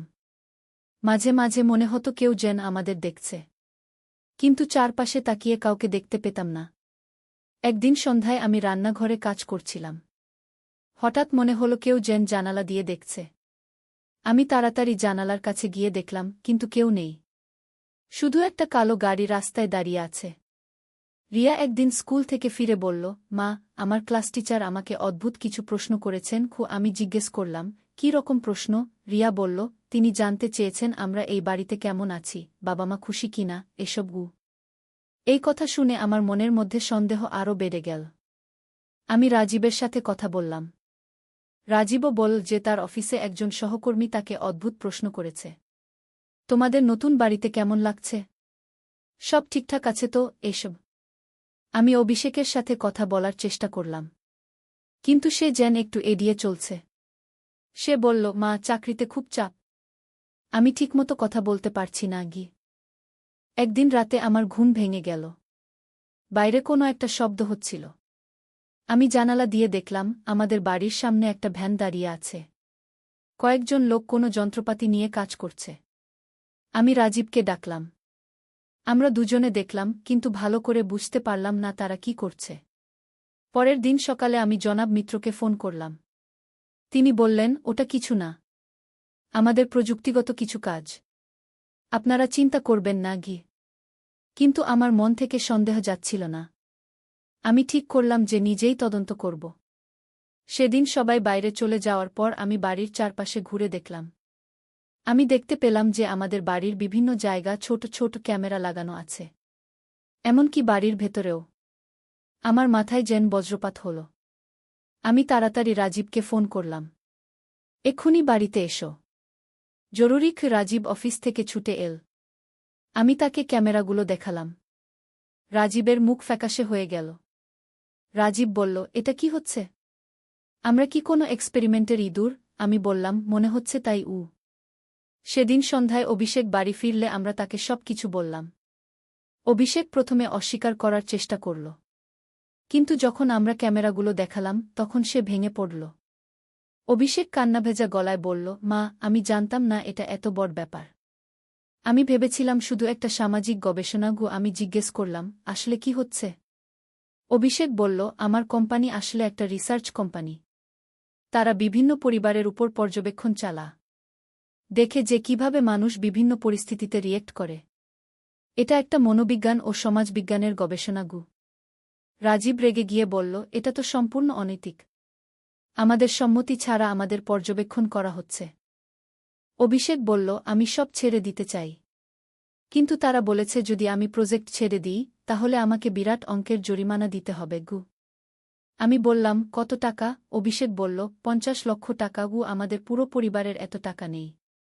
সেই রাতে আমরা সবাই মিলে ঠিক করলাম যে আমরা এই অবস্থা থেকে বেরিয়ে আসার চেষ্টা করব। কিন্তু কিভাবে? পরের দিন আমি গোপনে একজন আইনজীবীর সাথে দেখা করলাম। তিনি আমাদের পুরো অবস্থা শুনে বললেন যে এটা সম্পূর্ণ বেআইনি। তিনি বললেন, আপনাদের সম্মতি ছাড়া পর্যবেক্ষণ করা যায় না, এটা ব্যক্তিগত গোপনীয়তা লঙ্ঘন। আইনজীবী আমাদের পরামর্শ দিলেন যে আমরা প্রমাণ সংগ্রহ করি। তিনি বললেন, যদি আপনারা যথেষ্ট প্রমাণ সংগ্রহ করতে পারেন তাহলে আমরা তাদের বিরুদ্ধে মামলা করতে পারব। আমি বাড়িতে ফিরে রাজীব আর অভিষেকের সাথে কথা বললাম। আমরা ঠিক করলাম যে আমরা গোপনে প্রমাণ সংগ্রহ করব। আমি একটা ছোট্ট ক্যামেরা কিনলাম। আমরা শুরু করলাম তাদের গতিবিধি রেকর্ড করতে। কারা আসে, কখন আসে, কি করে। 1 সপ্তাহ পর্যবেক্ষণের পর আমরা দেখলাম যে প্রতিদিন রাতে কয়েকজন লোক এসে আমাদের বাড়ির চারপাশে কিছু যন্ত্রপাতি চেক করে যায়। তারা ক্যামেরার মেমরি কার্ড পরিবর্তন করে, এমনকি আমাদের ফোনের কথাবার্তাও শুনে। একদিন আমি একটা কৌশল করলাম। আমি জোরে জোরে রাজীবের সাথে কথা বললাম যে আমরা আগামীকাল শহরে যাব আত্মীয়দের বাড়িতে। আসলে আমরা যাইনি, আমরা বাড়ির ভেতরেই লুকিয়েছিলাম। সেদিন রাতে আমরা দেখলাম যে 5 জন লোক এসে আমাদের বাড়িতে ঢুকল। তারা আমাদের ব্যক্তিগত জিনিসপত্র ঘেঁটে দেখল, আমাদের কম্পিউটার খুলে দেখল, এমনকি আমাদের কাপড়চোপের আলমারিও তল্লাশি করল। আমরা সব কিছু ভিডিও করলাম। এবার আমাদের হাতে যথেষ্ট প্রমাণ। পরের দিন আমরা আইনজীবীর কাছে গেলাম। তিনি আমাদের প্রমাণগুলো দেখে বললেন, এটা খুবই শক্তিশালী প্রমাণ। আমরা তাদের বিরুদ্ধে মামলা করতে পারি। কিন্তু আইনজীবী আরও একটা পরামর্শ দিলেন। তিনি বললেন, মামলা করতে অনেক সময় লাগবে। আপনারা চাইলে আমি তাদের সাথে সরাসরি কথা বলে দেখতে পারি। আমরা সেই পরামর্শ মেনে নিলাম। আইনজীবী জনাব মিত্রকে ফোন করে একটা মিটিংয়ের ব্যবস্থা করলেন। 2 দিন পর আমরা সবাই মিলে জনাব মিত্রের অফিসে গেলাম। আইনজীবী আমাদের প্রমাণগুলো তাদের দেখালেন। জনাব মিত্রের মুখ দেখার মতো ছিল। জনাব মিত্র বললেন, এটা একটা ভুল বোঝাবুঝি। আমরা কোনো অন্যায় করিনি। গিয়ে আইনজীবী বললেন, ব্যক্তিগত গোপনীয়তা লঙ্ঘন একটা বড় অপরাধ। আপনারা এই পরিবারের উপর অবৈধ পর্যবেক্ষণ চালিয়েছেন। প্রায় 2 ঘণ্টা আলোচনার পর জনাব মিত্র বললেন, ঠিক আছে, আমরা এই প্রজেক্ট বন্ধ করে দিচ্ছি। অভিষেককে কোনো জরিমানা দিতে হবে না, আর আপনাদের সব ক্ষতিপূরণ দেওয়া হবে। আইনজীবী বললেন, শুধু তাই নয়, আপনাদের কোম্পানি একটা লিখিত স্বীকারোক্তি দিতে হবে যে আপনারা এই পরিবারের সাথে অন্যায় আচরণ করেছেন। জনাব মিত্র রাজি হয়ে গেলেন। তিনি বললেন, আমরা সব কিছু মিটিয়ে দেব, তবে একটা শর্ত আছে। আপনারা এই ব্যাপারে কোথাও কিছু বলবেন না। আইনজীবী বললেন, সেটা আপনাদের লিখিত চুক্তিতে উল্লেখ করতে হবে, আর ক্ষতিপূরণের পরিমাণও নির্ধারণ করতে হবে। শেষ পর্যন্ত তারা আমাদের 25 লক্ষ টাকা ক্ষতিপূরণ দিতে রাজি হল। এই টাকা দিয়ে আমরা নিজেদের একটা বাড়ি কিনতে পারব। সেদিনই আমরা সেই বাড়ি ছেড়ে বেরিয়ে এলাম। আমাদের পুরানো বাড়িতে ফিরে গেলাম, কিন্তু সেখানেও থাকতে ইচ্ছা করছিল না, কারণ এই পুরো ঘটনার পর আমাদের মনের মধ্যে একটা অস্বস্তি রয়ে গিয়েছিল। 3 সপ্তাহ পর আমরা ক্ষতিপূরণের টাকা পেলাম। রাজীব বলল, এই টাকা দিয়ে আমরা শহরের অন্য এলাকায় একটা বাড়ি কিনব। আমি রাজি হলাম। নতুন বাড়ি খোঁজার সময় আমরা খুবই সাবধান ছিলাম। আমরা এমন একটা এলাকা বেছে নিলাম যেখানে আমাদের পুরানো বন্ধুবান্ধব আছে, যেখানে আমরা সবাইকে চিনি। অভিষেক একটা নতুন চাকরি পেল। এবার সে খুবই সাবধান হয়ে চাকরি বেছেছে। সে প্রথমে কোম্পানি সম্পর্কে ভালো করে খোঁজখবর নিয়েছে। রিয়া তার পুরানো স্কুলে ভর্তি হল। সে খুব খুশি, কারণ সেই নতুন স্কুলে তার কোনো বন্ধু ছিল না। কিন্তু এই পুরো ঘটনার পর আমাদের পরিবারের মধ্যে একটা বন্ধন আরও শক্তিশালী হয়েছে। আমরা বুঝতে পেরেছি যে পরিবারের চেয়ে বড় কিছু নেই। সেই নতুন ফ্ল্যাটের চাবি যখন অভিষেক আমার হাতে দিয়েছিল, আমি ভেবেছিলাম এটা আমাদের জীবনে সুখ নিয়ে আসবে। কিন্তু আসলে এটা একটা বড় পরীক্ষা ছিল। আজ যখন আমি পেছনের দিকে তাকাই, মনে হয় এই ঘটনাটা আমাদের পরিবারকে আরও শক্তিশালী করেছে। আমরা বুঝতে পেরেছি যে যে কোনো সমস্যার মুখোমুখি হলে আমরা একসাথে থেকে সেটা মোকাবেলা করতে পারি। অভিষেক এখন আর আগের মতো চুপচাপ নেই। সে আমাদের সব কিছু খুলে বলে। আমিও তাকে সব বিষয়ে পরামর্শ দিই। রাজীব বলেছে যে এই অভিজ্ঞতার পর আমাদের সবার মধ্যে একটা পরিপক্কতা এসেছে। আমরা এখন বুঝতে পারি যে সব সময় সব কিছু ভালো নাও লাগতে পারে। রিয়া একদিন আমাকে বলেছিল, মা, সেই বাড়িতে আমার কেন যেন ভয় লাগত। মনে হতো কেউ সব সময় আমাদের দেখছে। শুনে আমার গায়ে কাটা দিয়েছিল। একটা বাচ্চা মেয়েও টের পেয়েছিল যে কিছু একটা ঠিক নেই। এখন আমরা আমাদের নতুন বাড়িতে খুব সুখে আছি। এটা আমাদের নিজেদের বাড়ি। এখানে কেউ আমাদের পর্যবেক্ষণ করে না। আমরা স্বাধীনভাবে আমাদের জীবন কাটাতে পারি। কিছুদিন আগে অভিষেকের অফিসের একজন সহকর্মী আমাদের বাড়িতে এসেছিল। তার নাম প্রিয়াঙ্কা। খুব ভালো মেয়ে। অভিষেক বলেছে যে সে প্রিয়াঙ্কাকে পছন্দ করে। আমি প্রিয়াঙ্কার সাথে কথা বলেছি। সে খুব সহজ সরল মেয়ে। পরিবারও ভালো। তার বাবা একজন স্কুলের প্রধান শিক্ষক, মা একজন ডাক্তার। রাজীব আর আমি ঠিক করেছি যে অভিষেক আর প্রিয়াঙ্কার বিয়ে দেব। প্রিয়াঙ্কার পরিবারও রাজি।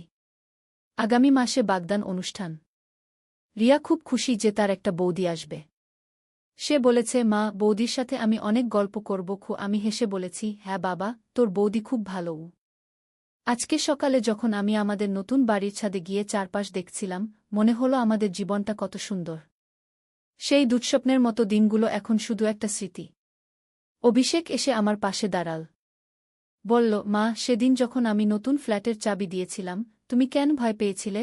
আমি হেসে বললাম, তোর কথা বলার ধরনটা এমন ছিল যে আমি ভুল বুঝেছিলাম। অভিষেক বলল, আমি তো শুধু বলতে চেয়েছিলাম যে এই বাড়িতে তুমি আর বাবা স্বামী স্ত্রী হিসেবে সুখে থাকবে। আমি তো তোমাদের খুশি দেখতে চেয়েছিলাম। আমি অভিষেকের কপালে হাত বুলিয়ে দিলাম। বললাম, তুই ঠিকই করেছিলিস বাবা। কিন্তু সেই কোম্পানির লোকেরা আমাদের সাথে যা করেছিল সেটা ঠিক ছিল না গে। অভিষেক বলল, মা, এখন আর সেসব নিয়ে ভাবার দরকার নেই। আমরা এখন সুখে আছি। সন্ধ্যায় রাজীব অফিস থেকে ফিরে এল। সে আজকে খুব খুশি। কারণ অফিসে তার প্রমোশন হয়েছে। আমরা সবাই মিলে উদযাপন করলাম।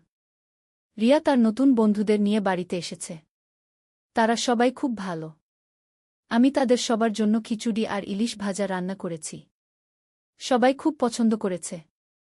রাতে যখন আমরা সবাই মিলে টিভি দেখছিলাম, রাজীব বলল, জানো, সেই কোম্পানির ঘটনার পর আমাদের পারিবারিক বন্ধন আরও শক্তিশালী হয়েছে। আমি বললাম, হ্যাঁ, আমরা এখন একে অপরকে আরও ভালো করে চিনি গিয়ে। অভিষেক বলল, আর আমি এখন যে কোনো সিদ্ধান্ত নেওয়ার আগে তোমাদের সাথে পরামর্শ করি।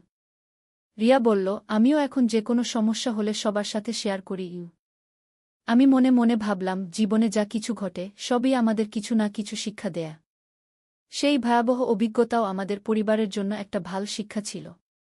আজ রাতে ঘুমাতে যাওয়ার আগে আমি জানালা দিয়ে বাইরে তাকালাম। রাস্তায় কিছু গাড়ি যাচ্ছে। কিন্তু সেগুলো আমাদের পর্যবেক্ষণ করছে না। সেগুলো শুধু স্বাভাবিকভাবে যাতায়াত করছে। আমি রাজীবকে বললাম, আজ রাতে কেমন যেন শান্তি লাগছে। রাজীব বলল, হ্যাঁ, নিজের বাড়ির মতো অনুভূতি আর কিছুতে নেই। এই গল্প শুনে হয়তো অনেকেই ভাবতে পারেন যে এটা একটা অদ্ভুত ঘটনা। কিন্তু আসলে আজকের যুগে এই ধরনের ঘটনা অনেক ঘটে। অনেক কোম্পানি বিভিন্ন ধরনের গবেষণার নামে মানুষের ব্যক্তিগত জীবনে হস্তক্ষেপ করে। আমাদের শিক্ষা হল যে যে কোনো নতুন সুযোগ আসলে সেটা সম্পর্কে ভালো করে জেনে বুঝে সিদ্ধান্ত নিতে হবে। পরিবারের সবার সাথে আলোচনা করতে হবে। আর সবচেয়ে বড় কথা হল পরিবারের সাথে সৎ থাকতে হবে। কোনো কিছু লুকানো যাবে না। কারণ পরিবারই আমাদের সবচেয়ে বড় শক্তি। আজ আমি এই গল্প বলে একটা কথা বলতে চাই, যে কোনো পরিস্থিতিতেই পরিবারের সাথে একসাথে থাকুন। কারণ একসাথে থাকলে যে কোনো সমস্যার সমাধান পাওয়া যায়। আমাদের এই অভিজ্ঞতা থেকে শিক্ষা নিয়ে এখন আমরা আরও সাবধানে জীবনযাপন করি। আর আমাদের পারিবারিক বন্ধনটা আরও শক্তিশালী হয়েছে। প্রিয়াঙ্কার সাথে অভিষেকের বিয়ে হলে আমাদের পরিবারে আরও একজন যুক্ত হবে। আমি নিশ্চিত যে সেও আমাদের এই সুখের পরিবারের একজন সদস্য হয়ে উঠবে। রিয়া বড় হয়ে যাচ্ছে। সেও এখন অনেক পরিপক্ব। এই ঘটনার পর সে বুঝতে পেরেছে যে জীবনে সব সময় সব কিছু সহজ থাকে না। কখনো কখনো কঠিন পরিস্থিতির মুখোমুখি হতে হয়। আজকে এই গল্প শেষ করতে করতে আমি ভাবছি যে জীবন সত্যিই অনেক রহস্যময়। কখন কি ঘটে যাবে বলা যায় না। কিন্তু পরিবারের সাথে থাকলে যে কোনো রহস্য বা সমস্যার মোকাবেলা করা যায়। সেদিন অভিষেক যখন বলেছিল, এই বাড়িতে আমরা স্বামী-স্ত্রী হয়ে থাকব, আমি ভেবেছিলাম কোনো ভয়াবহ কিছু ঘটতে যাচ্ছে। কিন্তু আসলে সেটা ছিল একটা নতুন শুরুর সংকেত। আমাদের এই অ্যাডভেঞ্চারটা এখন শেষ। কিন্তু জীবন তো চলতেই থাকে। নতুন নতুন অভিজ্ঞতা, নতুন নতুন চ্যালেঞ্জ আসতে থাকবে। কিন্তু আমরা প্রস্তুত। কারণ আমরা জানি যে একসাথে থাকলে সব কিছু সম্ভব। নূরের আলো। প্রথম অধ্যায়, অন্ধকারের মাঝে। মদিনার বাইরে একটি ছোট গ্রামে বাস করত আবদুল্লাহ নামের এক যুবক। তার বয়স তখন ২৫ বছর। সে ছিল একজন দক্ষ কামার, যার হাতের কাজ দেখে সবাই মুগ্ধ হতো। কিন্তু আবদুল্লাহর হৃদয়ে ছিল এক গভীর অশান্তি। সে দেখত যে তার চারপাশের মানুষেরা বিভিন্ন দেবদেবীর পূজা করে, কিন্তু তার মন কখনো এসব মূর্তি পূজায় শান্তি পেত না। আব্বু, এই পাথরের মূর্তিগুলো কি সত্যিই আমাদের সাহায্য করতে পারে? একদিন সে তার বাবা আবু বকর আল কুরাইশিকে জিজ্ঞেস করল। তার বাবা, যিনি গ্রামের একজন সম্মানিত ব্যক্তি ছিলেন, কপাল কুঁচকে উত্তর দিলেন, বেটা, আমাদের পূর্বপুরুষেরা এভাবেই পূজা করে এসেছেন। তুমি এসব নিয়ে প্রশ্ন তুলো না গি। কিন্তু আবদুল্লাহর মন প্রশ্নে ভরে থাকত। রাতের পর রাত সে আকাশের দিকে তাকিয়ে থাকত আর ভাবত, যিনি এই চাঁদতারা, আকাশ পৃথিবী সৃষ্টি করেছেন, তিনি নিশ্চয়ই এই পাথরের তৈরি মূর্তিগুলোর চেয়ে অনেক বড়। একদিন সকালে আবদুল্লাহ তার কামারশালায় কাজ করছিল। হঠাৎ একজন অপরিচিত ব্যক্তি এসে হাজির হলেন। তিনি ছিলেন মধ্যবয়স্ক, চেহারায় এক অদ্ভুত শান্তি আর তেজ। তার পোশাক সাধারণ, কিন্তু চোখে ছিল এক অন্যরকম আলো। আসসালামু আলাইকুম, অপরিচিত ব্যক্তি বললেন। আবদুল্লাহ একটু অবাক হয়ে জবাব দিল, ওয়া আলাইকুমুসসালাম। যদিও সে এই অভিবাদনের অর্থ পুরোপুরি বুঝত না, তবুও কেন যেন মনে হল এটা বলা উচিত। আমার নাম বিলাল ইবনে রাবাহ, অপরিচিত ব্যক্তি বললেন। আমি একটি তরবারি মেরামত করাতে এসেছি। আব্দুল্লাহ তরবারিটি দেখল। এটি ছিল অত্যন্ত সুন্দর, কিন্তু হাতলে কিছু ক্ষতি ছিল। এই তরবারির ইতিহাস কি? আব্দুল্লাহ কৌতূহলে জিজ্ঞেস করল। বিলাল রাত একটা গভীর দীর্ঘশ্বাস ফেললেন। এই তরবারি দিয়ে আমি ইসলামের পথে জিহাদ করেছি। আল্লাহর রাসূল সাক এর সাথে অনেক যুদ্ধে অংশ নিয়েছি গু। ইসলাম? আব্দুল্লাহর চোখে কৌতূহলের আলো জ্বলে উঠল। এটা কি? বিলাল রাত মৃদু হাসলেন। ইসলাম মানে শান্তি। আল্লাহ তায়ালার কাছে সম্পূর্ণ আত্মসমর্পণ। আমরা বিশ্বাস করি যে আল্লাহ ছাড়া কোনো ইলাহ নেই, আর মুহাম্মদ সাক আল্লাহর রাসূল গো। আব্দুল্লাহর হৃদয় এই বাণী শুনে কেঁপে উঠল। একজন আল্লাহ? কোনো মূর্তি নয়। হ্যাঁ, কেবল এক আল্লাহ, যিনি সব কিছুর স্রষ্টা, পালনকর্তা, যার কোনো শরিক নেই। পরবর্তী কয়েক ঘণ্টা আব্দুল্লাহ আর বিলাল রাত ইসলাম নিয়ে আলোচনা করলেন। বিলাল রাত তাকে কুরআনের কিছু আয়াত শোনালেন, রাসূল সাক এর জীবনী বললেন। প্রতিটি কথা আব্দুল্লাহর অন্তরে গেঁথে গেল। তুমি কি ইসলাম গ্রহণ করবে? বিলাল রাত শেষে জিজ্ঞেস করলেন। আব্দুল্লাহ একটু ভেবে বলল, আমি সময় চাই। আমার পরিবার, আমার সমাজ, সবাই তো এর বিরুদ্ধে যাবে। সত্যের পথ সবসময় কঠিন, বিলাল রাত বললেন। কিন্তু যে আল্লাহর উপর ভরসা রাখে, আল্লাহ তার জন্য পথ বের করে দেন। দ্বিতীয় অধ্যায়, সত্যের খোঁজে। বিলাল রাত চলে যাওয়ার পর আব্দুল্লাহর মন অস্থির হয়ে গেল। তার কামারশালায় বসে সে বারবার ভাবত, লা ইলাহা ইল্লাল্লাহু মুহাম্মাদুর রাসূলুল্লাহ কি এই কলেমার অর্থ তার হৃদয়ে গেঁথে গিয়েছিল। সেই রাতে আব্দুল্লাহ ঘুমাতে পারেনি। সে বাইরে বেরিয়ে আকাশের দিকে তাকাল। অসংখ্য তারা জ্বলজ্বল করছে।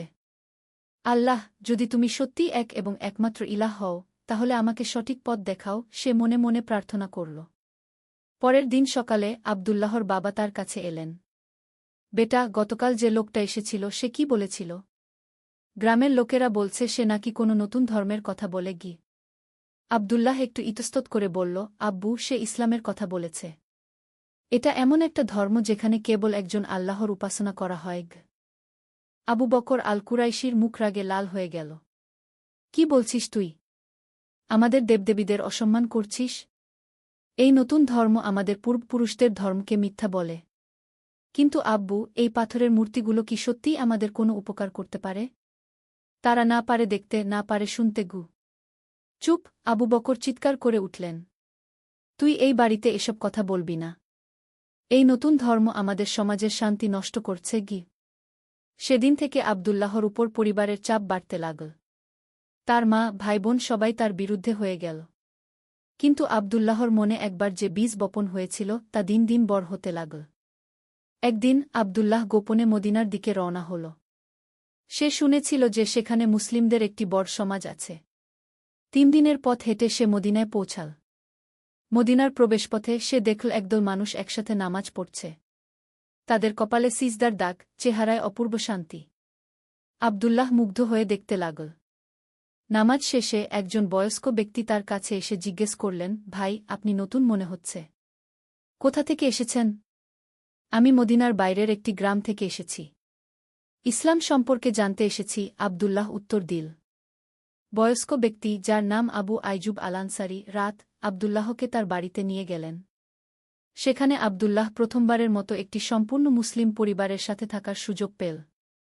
ইসলাম শুধু একটা ধর্ম নয়, আবু আইজুব রাত ব্যাখ্যা করলেন। এটা একটা জীবন ব্যবস্থা। এটা আমাদের শেখায় কিভাবে আল্লাহর সাথে সম্পর্ক রাখতে হয়, মানুষের সাথে কেমন ব্যবহার করতে হয়। আব্দুল্লাহ সেখানে 1 সপ্তাহ থাকল। প্রতিদিন সে নামাজ দেখত, কুরআন তিলাওয়াত শুনত, ইসলামের বিভিন্ন বিধান সম্পর্কে জানত। তার হৃদয় প্রশান্তিতে ভরে উঠল। 3য় অধ্যায়, ঈমানের আলো। মদিনায় থাকার 7ম দিনে আব্দুল্লাহ আবু আইজুব রাত কে বলল, চাচা, আমি ইসলাম গ্রহণ করতে চাই। আবু আইজুব রাত এর চোখে খুশির অশ্রু এসে গেল। আল্লাহু আকবার! আল্লাহ তায়ালা তোমাকে হিদায়েত দান করেছেন। তারা মসজিদে নব্বীতে গেলেন। সেখানে ইমাম আব্দুল্লাহকে কলেমা পড়ালেন। আশহাদু আল্লা ইলাহা ইল্লাল্লাহু ওয়া আশহাদু আন্না মুহাম্মাদান আবদুহু ওয়া রাসূলুহু। আমি সাক্ষ্য দিচ্ছি যে আল্লাহ ছাড়া কোনো ইলাহ নেই এবং আমি আরও সাক্ষ্য দিচ্ছি যে মুহাম্মদ সাক আল্লাহর বান্দা ও রাসূল।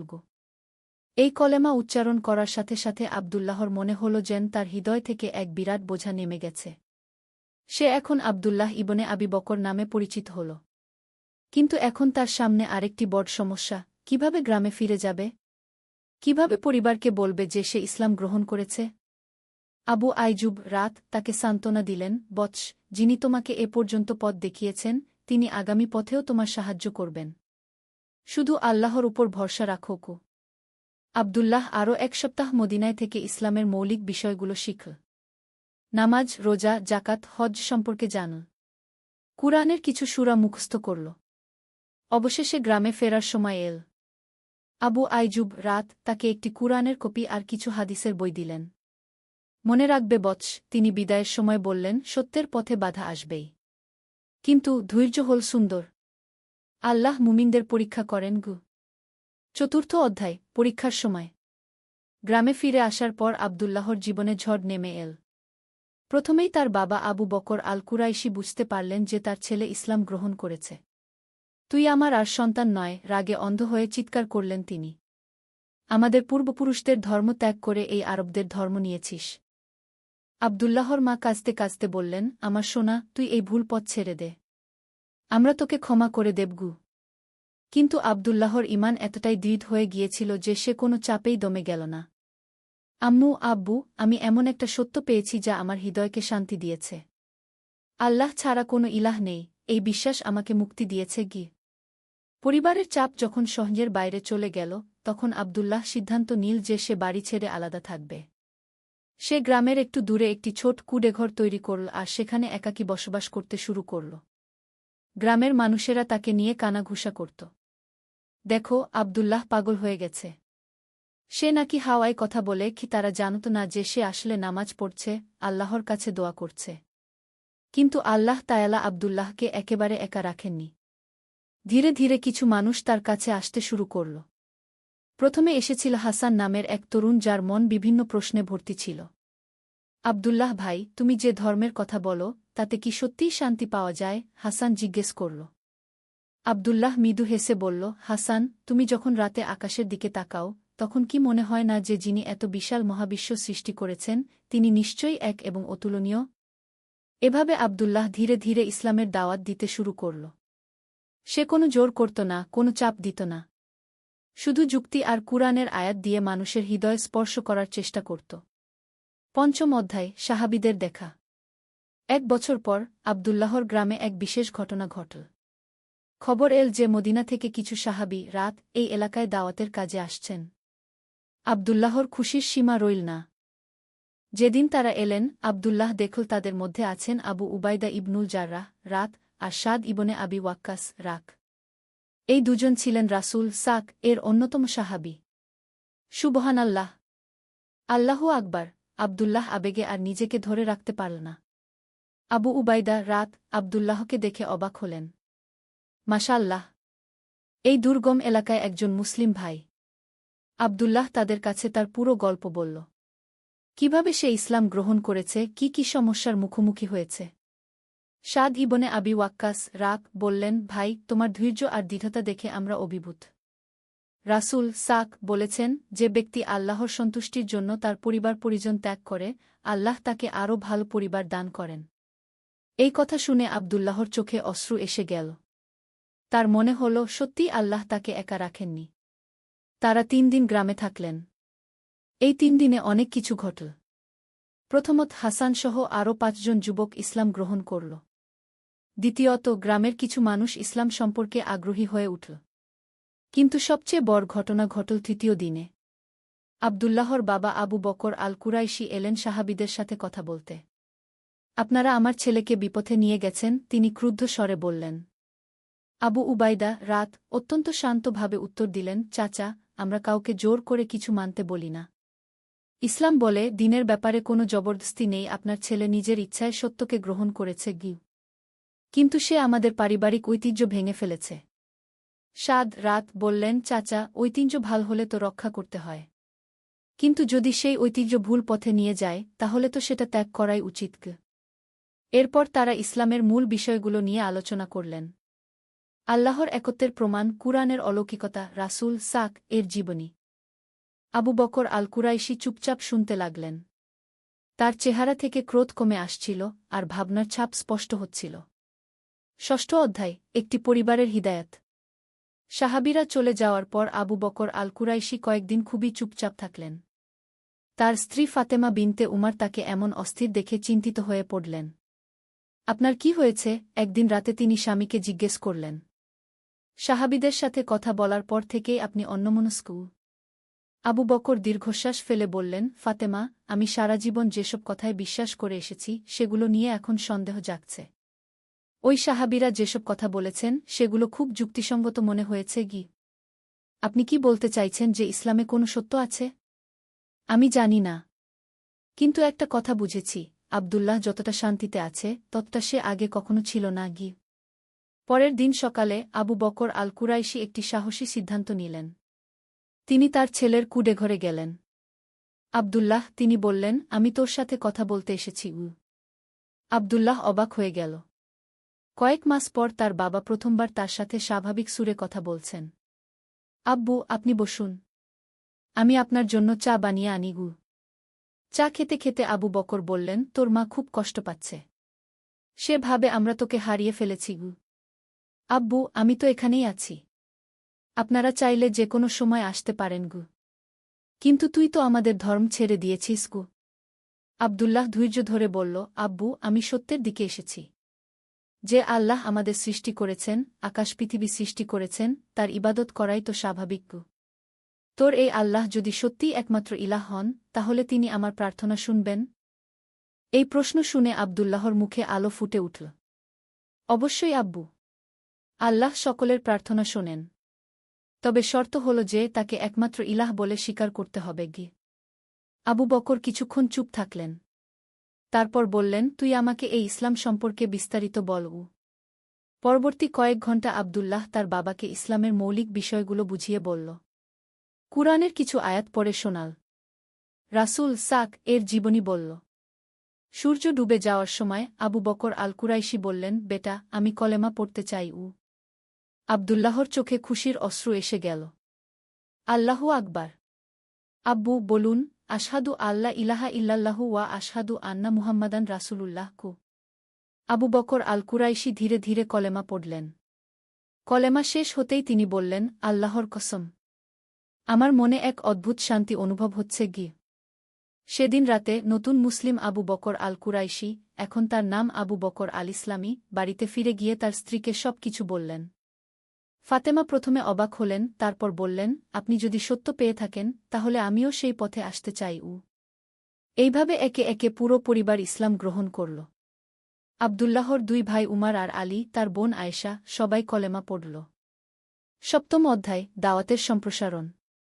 পরিবার ইসলাম গ্রহণ করার পর গ্রামে একটা বড় পরিবর্তন আসল। আবু বকর আল ইসলামী ছিলেন গ্রামের একজন সম্মানিত ব্যক্তি। তার ইসলাম গ্রহণের খবর ছড়িয়ে পড়তে অনেকেই কৌতূহলী হয়ে উঠল। আবু বকর চাচা যদি এই ধর্ম গ্রহণ করেন তাহলে নিশ্চয়ই এতে কিছু সত্য আছে, মানুষেরা ভাবতে শুরু করল। আব্দুল্লাহ এখন আর একা ছিল না। তার বাবা, ভাইয়েরা সবাই মিলে গ্রামে ইসলামের দাওয়াত দিতে শুরু করল। তারা একটি নিয়ম করল, প্রতি শুক্রবার সকালে গ্রামের কেন্দ্রস্থলে বসে ইসলামের বিভিন্ন বিষয় নিয়ে আলোচনা করবে। প্রথম শুক্রবারেই ২০-২৫ জন মানুষ এসে জড়ো হল। আব্দুল্লাহ কুরআনের একটি আয়াত তিলাওয়াত করে শুরু করল। আমি জিন ও মানুষকে কেবল আমার ইবাদতের জন্যই সৃষ্টি করেছি। তারপর সে ব্যাখ্যা করল, ভাই বোনেরা, আমাদের জীবনের উদ্দেশ্য কি? আমরা কেন এই পৃথিবীতে এসেছি? এই আয়াতে আল্লাহ তায়ালা স্পষ্ট করে বলে দিয়েছেন, আমাদের সৃষ্টি করা হয়েছে কেবল তার ইবাদতের জন্য। গ্রামের বয়স্ক একজন ব্যক্তি, ইউসুফ ইবনে মাসুদ, প্রশ্ন করলেন, কিন্তু আমরা তো আমাদের দেবতাদের পূজা করি। সেটাও তো ইবাদত। আবু বকর আল ইসলামী উত্তর দিলেন, ইউসুফ ভাই, যিনি আমাদের সৃষ্টি করেছেন তিনিই ঠিক করবেন কিভাবে তার ইবাদত করতে হবে। আমাদের মনগড়া পদ্ধতিতে ইবাদত করলে তো হবে না। তাহলে কিভাবে জানব সঠিক পদ্ধতি কি? এজন্যেই আল্লাহ তায়ালা নবী রাসূল পাঠিয়েছেন। সর্বশেষ নবী মুহাম্মদ সাক আমাদের জানিয়ে দিয়েছেন সঠিক পথ কি। এভাবে প্রতি শুক্রবারে আলোচনা চলতে লাগল। ধীরে ধীরে আরও অনেকে ইসলাম গ্রহণ করতে শুরু করল। ৩ মাস পর গ্রামে প্রায় ৫০ জন মুসলিম হয়ে গেল। তারা সবাই মিলে গ্রামের একপাশে একটি ছোট মসজিদ তৈরি করল। প্রতিদিন 5 ওয়াক্ত নামাজে সেই মসজিদ মুসল্লিদের কণ্ঠে আল্লাহু আকবার কু তাকবীরে মুখরিত হয়ে উঠত। অষ্টম অধ্যায়, শত্রুতা ও ধৈর্য। কিন্তু গ্রামের সবাই এই পরিবর্তনে খুশি ছিল না। যারা পুরনো ধর্মে বিশ্বাস করত, তারা মুসলিমদের ক্রমবৃদ্ধিতে বিরক্ত হয়ে উঠল। তাদের নেতা ছিল আবু জাহল আল মুশরিক নামের একজন ধনী ব্যবসায়ী। এই মুসলিমরা আমাদের গ্রামের শান্তি নষ্ট করছে, আবু জাহল তার অনুসারীদের বলল। আমাদের কিছু একটা করতে হবে। একদিন রাতে আবু জাহল আর তার 10-12 জন লোক মসজিদে হামলা করল। তারা মসজিদের দেওয়াল ভেঙে দিল, কুরআনের কপিগুলো ছিঁড়ে ফেল। পরের দিন সকালে ফজরের নামাজের জন্য যখন মুসলিমরা মসজিদে এল, তারা এই ধ্বংসজ্ঞ দেখে স্তম্ভিত হয়ে গেল। কয়েকজন তরুণ মুসলিম রেগে গিয়ে বলল, আমাদের প্রতিশোধ নিতে হবে। আমরা ওদের বাড়িঘর জ্বালিয়ে দেব। কিন্তু আব্দুল্লাহ তাদের থামিয়ে দিয়ে বলল, ভাইয়েরা, রাসূল সাক আমাদের শিখিয়েছেন ধৈর্য ধরতে। তিনি মক্কায় কত অত্যাচার সহ্য করেছেন, কিন্তু কখনো প্রতিশোধ নেননি গিয়ে। তাহলে আমরা কি করব? চুপচাপ সহ্য করে যাব? আবু বকর আল ইসলামী বললেন, আমরা এই মসজিদ আবার গড়ব, আরও সুন্দর করে। আর আল্লাহর কাছে দোয়া করব যেন তিনি আমাদের শত্রুদের হিদায়েত দান করেন। মুসলিমরা সবাই মিলে মসজিদ পুনর্নির্মাণ করল। এবার এটা আরও বড় আর সুন্দর হল। কিন্তু আবু জাহল থেমে থাকেনি। সে গ্রামের অন্যান্য অমুসলিমদের উস্কানি দিতে লাগল। এই মুসলিমরা আমাদের ব্যবসায় ক্ষতি করছে। ওরা বলে সুদ খাওয়া হারাম, জুয়া খেলা হারাম। এভাবে চললে আমাদের আয়ের পথ বন্ধ হয়ে যাবে। একদিন আবু জাহল আব্দুল্লাহর কামারশালায় এসে ধমক দিয়ে বলল, আব্দুল্লাহ, তুই এই গ্রামে ফিতনা ছড়াচ্ছিস। তোর ধর্ম প্রচার বন্ধ কর। আব্দুল্লাহ শান্তভাবে জবাব দিল, আবু জাহল ভাই, আমি কাউকে জোর করছি না। যারা সত্যকে গ্রহণ করতে চায় তারা নিজেদের ইচ্ছাই করছে। তোর এই সত্যমিথ্যার কথায় আমাদের পূর্বপুরুষদের অসম্মান হচ্ছে। ভাই, সত্য কখনো কারো অসম্মান করে না। সত্য মানুষকে সঠিক পথ দেখায়। আবু জাহল রাগে লাল হয়ে চলে গেল। সেদিন থেকে সে আর তার অনুসারীরা মুসলিমদের উপর নানা ধরনের অত্যাচার শুরু করল। নবম অধ্যায়, পরীক্ষার কঠিন সময়। মুসলিমদের উপর অত্যাচার দিন দিন বাড়তে লাগল। আবু জাহল আর তার দল বাজারে মুসলিম ব্যবসায়ীদের দোকানে পাথর ছুটত। মুসলিম বাচ্চাদের স্কুলে যেতে বাধা দিত। একদিন এক ভয়ানক ঘটনা ঘটল। হাসান, যে প্রথম দিকে ইসলাম গ্রহণ করেছিল, তাকে আবু জাহলের লোকেরা মারধর করল। তার পুরো মুখ ফুলে গিয়েছিল। কেন আমাদের সাথে এমন হচ্ছে? হাসান কাঁদতে কাঁদতে আব্দুল্লাহকে জিজ্ঞেস করল। আল্লাহ যদি আমাদের সাহায্য করেন তাহলে এত কষ্ট কেন? আব্দুল্লাহ হাসানের কপালে হাত রেখে বলল, ভাই, আল্লাহ তায়ালা কুরআনে বলেছেন, মানুষ কি মনে করে যে তারা শুধু আমরা ঈমান এনেছি বললেই ছেড়ে দেওয়া হবে এবং তাদের পরীক্ষা করা হবে না? এই কষ্ট আমাদের ঈমানের পরীক্ষা। আল্লাহ দেখছেন আমরা কতটা ধৈর্যশীল। কিন্তু এই অত্যাচার কখন শেষ হবে? আল্লাহই ভালো জানেন। তবে তিনি ওয়াদা করেছেন যে মুমিনদের সাহায্য করবেন। সত্যিই কিছুদিন পর একটি ঘটনা ঘটল যা সবাইকে অবাক করে দিল। আবু জাহলের ছেলে খালিদ হঠাৎ অসুস্থ হয়ে পড়ল। প্রচণ্ড জ্বর, সারা শরীরে যন্ত্রণা। গ্রামের সব চিকিৎসক দেখাল, কিন্তু কোনো ফল হল না। এক রাতে খালিদের অবস্থা খুবই খারাপ হয়ে গেল। মনে হচ্ছিল সে বুঝি মারা যাবে। আবু জাহল অসহায় হয়ে পড়েছিল। শেষ পর্যন্ত তার স্ত্রী তাকে বলল, শুনেছি মুসলিমদের দোয়া খুব ফলপ্রসূ হয়। আব্দুল্লাহদের কাছে গিয়ে দেখো না। প্রথমে আবু জাহল রাজি হয়নি, কিন্তু ছেলের জীবন বাঁচানোর জন্য শেষ পর্যন্ত সে আব্দুল্লাহর কাছে এল। আব্দুল্লাহ, সে বিনীত স্বরে বলল, আমার ছেলে মরে যাচ্ছে। তুমি তোমার আল্লাহর কাছে দোয়া করগু। আব্দুল্লাহ কোনো কটু কথা বলল না। সে শুধু বলল, চলো আমরা সবাই মিলে আল্লাহর কাছে দোয়া করিগু। সেই রাতে সব মুসলিম খালিদের সুস্থতার জন্য দোয়া করল। তারা কোনো শর্ত দেয়নি, কোনো প্রতিশোধ নেয়নি। সুবহানাল্লাহ। পরের দিন সকালে খালিদের জ্বর ছেড়ে গেল। সে সুস্থ হয়ে উঠল।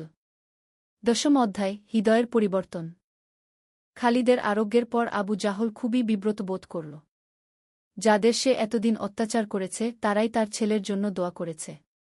তোমরা আমার সাথে এত ভালো ব্যবহার কেন করলে? সে আব্দুল্লাহকে জিজ্ঞেস করল। কারণ আমাদের রাসূল সাক শিখিয়েছেন, যে তোমার সাথে মন্দ ব্যবহার করে তুমি তার সাথে ভালো ব্যবহার কর। এতে তার হৃদয় পরিবর্তন হতে পারে। আবু জাহলের চোখে পানি এসে গেল।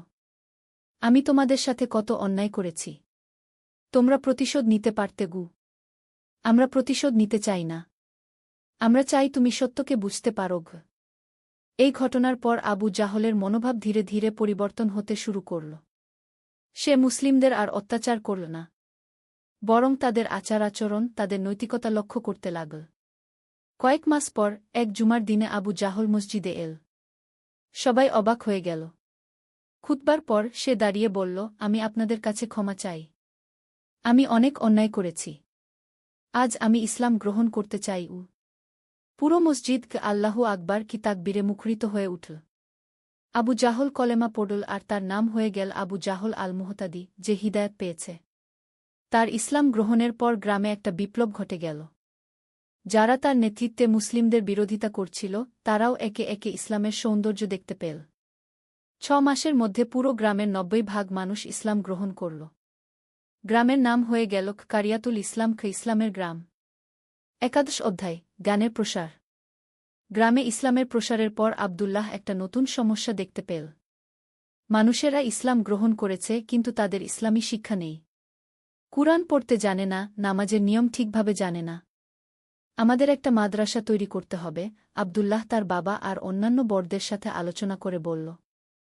কিন্তু আমাদের তো পর্যাপ্ত জ্ঞান নেই, আবু বকর আল ইসলামী বললেন। আমরা কিভাবে অন্যদের শেখাব?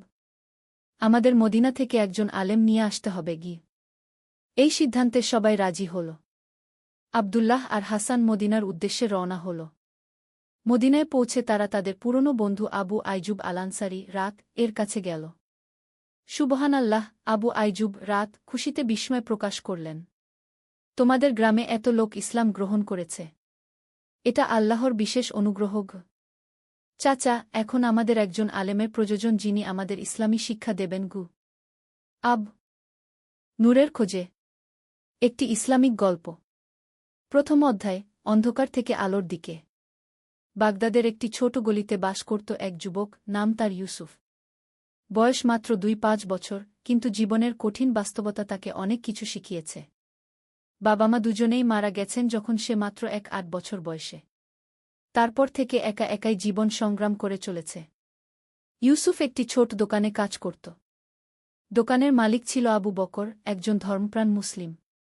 প্রতিদিন ভোরে ফজরের আজানের সাথে সাথেই আবু বকর দোকানে এসে পৌঁছাত। তার চেহারায় সর্বদা এক অদ্ভুত প্রশান্তি লক্ষ্য করা যেত। ইউসুফ প্রায় ভাবত, এই বৃদ্ধ লোকটির মাঝে কি এমন বিশেষত্ব আছে যা তাকে সর্বদা এত শান্ত রাখে। একদিন সকালে ইউসুফ দেরি করে দোকানে পৌঁছাল। দেখল আবু বকর একটি কোরআন শরীফ খুলে তেলাওয়াত করছেন। তার কণ্ঠস্বর এত মধুর যে ইউসুফ মুগ্ধ হয়ে দাঁড়িয়ে রইল। তেলাওয়াত শেষে আবু বকর দোয়া করলেন। তারপর ইউসুফের দিকে তাকিয়ে হাসলেন। ইউসুফ, বেটা, আজ তুমি কিছুটা দেরি করেছ মনে হচ্ছে গি। জি হুজুর, রাতে খুব বেশি কাজ করেছিলাম। একটু ঘুম হয়নি, ইউসুফ লজ্জিত হয়ে বলল। আবু বকর তার কাঁধে হাত রেখে বললেন, বেটা, তুমি খুব পরিশ্রমী। কিন্তু শুধু দুনিয়ার কাজেই নিজেকে ব্যস্ত রাখলে চলবে না। আখেরাতের জন্যও কিছু সময় রাখতে হবে গু। ইউসুফ কৌতূহলী হয়ে জিজ্ঞেস করল, হুজুর, আপনি প্রতিদিন এত ভোরে এসে কোরআন পড়েন কেন? আর আপনার চেহারায় সর্বদা এত শান্তি দেখি কেন? আবু বকর মিষ্টি হেসে বললেন, বেটা, এই শান্তি আসে আল্লাহর কাছ থেকে। যখন একজন মানুষ সত্যিকারের ঈমান নিয়ে আল্লাহর পথে চলে, তখন তার অন্তরে এক অনন্য প্রশান্তি নেমে আসে। এটাই হল নূর, আল্লাহর নূর গু। দ্বিতীয় অধ্যায়, জ্ঞানের পিপাসা। ইউসুফ আবু বকরের কথা শুনে গভীরভাবে চিন্তিত হয়ে পড়ল। সে নিজেকে প্রশ্ন করতে লাগল, সে কি সত্যিই সঠিক পথে আছে? তার জীবনে কি সেই নূর আছে যার কথা আবু বকর বলেছেন? কয়েকদিন পর ইউসুফ আবু বকরের কাছে গিয়ে বলল, হুজুর, আমি ইসলাম সম্পর্কে আরও জানতে চাই। আমার বাবা-মা মুসলমান ছিলেন, আমিও মুসলমান, কিন্তু আসলে আমি কোরআন হাদিসের কিছুই জানি না। নামাজ পড়ি, কিন্তু বুঝি না কি পড়ছি। আবু বকর খুশি হয়ে বললেন, আলহামদুলিল্লাহ। এটাই তো সবচেয়ে বড় কথা। যখন একজন মানুষ জানার আগ্রহ রাখে, তখনই তার হেদায়েতের পথ শুরু হয় গে। সেদিন থেকেই শুরু হল ইউসুফের ইসলামী শিক্ষার যাত্রা।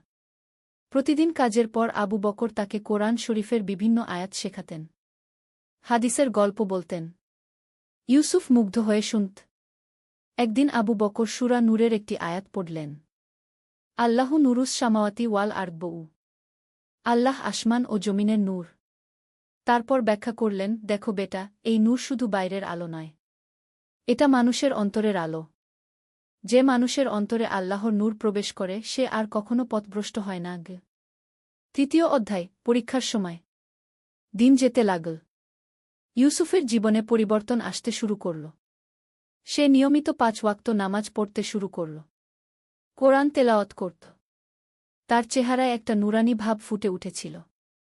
কিন্তু জীবন সব সময় সহজ হয় না। একদিন সকালে ইউসুফ দোকানে এসে দেখল আবু বকর খুবই অসুস্থ। তার শ্বাস নিতে কষ্ট হচ্ছে। হুজুর, আপনার কি হয়েছে? ইউসুফ চিন্তিত হয়ে জিজ্ঞেস করল। বেটা, আমি বুড়ো হয়ে গেছি। আল্লাহ হয়তো আমাকে কাছে ডাকতে চান, ও আবু বকর দুর্বল গলায় বললেন। ইউসুফ তাড়াতাড়ি ডাক্তার ডেকে আনল। ডাক্তার পরীক্ষা করে বললেন যে আবু বকরের হার্টের অবস্থা খুবই গুরুতর। তাকে হাসপাতালে ভর্তি করতে হবে। হাসপাতালে ভর্তির পর আবু বকরের অবস্থা আরও খারাপ হতে লাগল। ইউসুফ দিনরাত তার সেবা করত। একদিন আবু বকর তাকে কাছে ডেকে বললেন, ইউসুফ, আমার সময় হয়েছে। তুমি আমার দোকানের দেখাশোনা করবে। কিন্তু মনে রাখবে, শুধু দোকানের নয়, নিজের আত্মার দেখাশোনাও করতে হবে। হুজুর, এমন কথা বলবেন না। আল্লাহ আপনাকে সুস্থ করে দেবেন কি? ইউসুফ কাঁদতে কাঁদতে বলল। বেটা, মৃত্যু তো সবারই আসবে। তবে যে মানুষ আল্লাহর পথে জীবন কাটায় তার মৃত্যু হয় সুন্দর। আমি খুশি যে আমি তোমার মতো একটি ভালো ছেলেকে সঠিক পথ দেখাতে পেরেছি। চতুর্থ অধ্যায়, দায়িত্ব গ্রহণ। 3 দিন পর আবু বকর ইন্তেকাল করলেন। ইউসুফ অনেক কেঁদেছিল। তার মনে হচ্ছিল যেন তার জীবনের সবচেয়ে বড় অবলম্বনটি হারিয়ে গেছে। আবু বকরের জানাজায় অনেক লোক এসেছিল। সবাই বলছিল যে আবু বকর কত ভালো মানুষ ছিল। কিভাবে সবাইকে সাহায্য করত, দরিদ্রদের খাবার দিত, অসহায়দের পাশে দাঁড়াত। ইউসুফ বুঝতে পারল যে আবু বকর শুধু তাকে নয়, অনেককেই সঠিক পথ দেখিয়েছেন। এখন সেই দায়িত্ব তার। দোকান চালাতে গিয়ে ইউসুফ নতুন নতুন চ্যালেঞ্জের মুখোমুখি হল। একদিন একজন গরিব মহিলা এসে বলল যে তার স্বামী মারা গেছে। 3 ছোট বাচ্চা নিয়ে সে খুবই কষ্টে আছে। কিছু খাবার চান কিনা জানতে চাইল। ইউসুফ তার কথা শুনে কিছুক্ষণ চিন্তা করল। তার নিজের টাকার অবস্থাও তেমন ভালো নয়। কিন্তু তার মনে আবু বকরের কথা মনে পড়ল, নিজের চেয়ে অন্যকে এগিয়ে রাখ। এটাই ইসলামের শিক্ষাগু। সে মহিলাকে প্রয়োজনীয় খাবার দিয়ে দিল। কোনো টাকা নিল না। 5ম অধ্যায়, সমাজসেবার পথে। দিন যেতে লাগল। ইউসুফ দেখতে পেল যে তার এলাকায় অনেক সমস্যা রয়েছে। অনেক দরিদ্র পরিবার আছে। কিছু যুবক ভুল পথে চলে গেছে। মসজিদে মানুষের উপস্থিতি কম। ইউসুফ ভাবল, আবু বকর হুজুর যেমন তার জীবন পরিবর্তন করেছিলেন, সেও তেমনি অন্যদের জীবনে ইতিবাচক পরিবর্তন আনতে পারে। সে প্রথমে স্থানীয় মসজিদের ইমাম সাহেবের সাথে কথা বলল। ইমাম সাহেব, হাফেজ সাইদুল ইসলাম, খুবই ভালো মানুষ ছিলেন। তিনি ইউসুফের পরিকল্পনা শুনে খুশি হলেন। আল্লাহ তোমাকে হেদায়েত দিয়েছেন ইউসুফ। এই নিয়ত দিয়ে কাজ শুরু কর। আল্লাহ তোমাকে সাহায্য করবেন, ইমাম সাহেব বললেন। ইউসুফ প্রথমে একটি ছোট উদ্যোগ নিল। প্রতি শুক্রবার জুমার নামাজের পর মসজিদে একটি ছোট আলোচনা সভার আয়োজন করল। বিভিন্ন ইসলামিক বিষয় নিয়ে আলোচনা হতো। ধীরে ধীরে মানুষের উপস্থিতি বাড়তে লাগল। একদিন আলোচনা সভায় একজন যুবক এসেছিল। তার নাম রহিম। সে বিভিন্ন অপরাধমূলক কাজে জড়িত ছিল। প্রথমে সে শুধু কৌতূহলবশত এসেছিল। ইউসুফ সেদিন হজরত ইউসুফ এর গল্প বলেছিল। কিভাবে তিনি সব বিপদাপদ মোকাবেলা করে শেষ পর্যন্ত সফল হয়েছিলেন। রহিম গল্প শুনে অনেক প্রভাবিত হল। 6ষ্ঠ অধ্যায়, হৃদয় পরিবর্তনের গল্প। রহিমের জীবনযাত্রা ছিল খুবই অনিয়মিত। সে চুরি ছিনতাই করত, মাদকাসক্ত ছিল। কিন্তু ইউসুফের কথা তার মনে গেঁথে গিয়েছিল। পরের সপ্তাহে রহিম আবার এল। এবারও মনোযোগ দিয়ে শুনল। আলোচনা শেষে সে ইউসুফের কাছে এসে বলল, ভাই, আমি জানি আমি খারাপ কাজ করি। কিন্তু আমার অন্য কোনো পথ দেখি না। আমার বাবা মা আমাকে ত্যাগ করেছে। কেউ আমাকে কাজ দেয় না।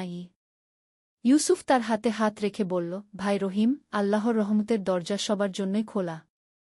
তুমি যদি সত্যিই তওবা করে সঠিক পথে আসতে চাও, আল্লাহ তোমাকে অবশ্যই সাহায্য করবেন গু। কিন্তু আমার তো কোনো কাজ নেই। আমি কি খেয়ে বেঁচে থাকব? রহিম জিজ্ঞেস করল। তুমি প্রথমে আল্লাহর কাছে তওবা কর। নিয়মিত নামাজ পড়। কাজের ব্যাপারে আমি তোমাকে সাহায্য করব কু, ইউসুফ বলল। রহিম কেঁদে ফেলল। সে বলল, আমি অনেক পাপ করেছি। আল্লাহ কি আমাকে ক্ষমা করবেন?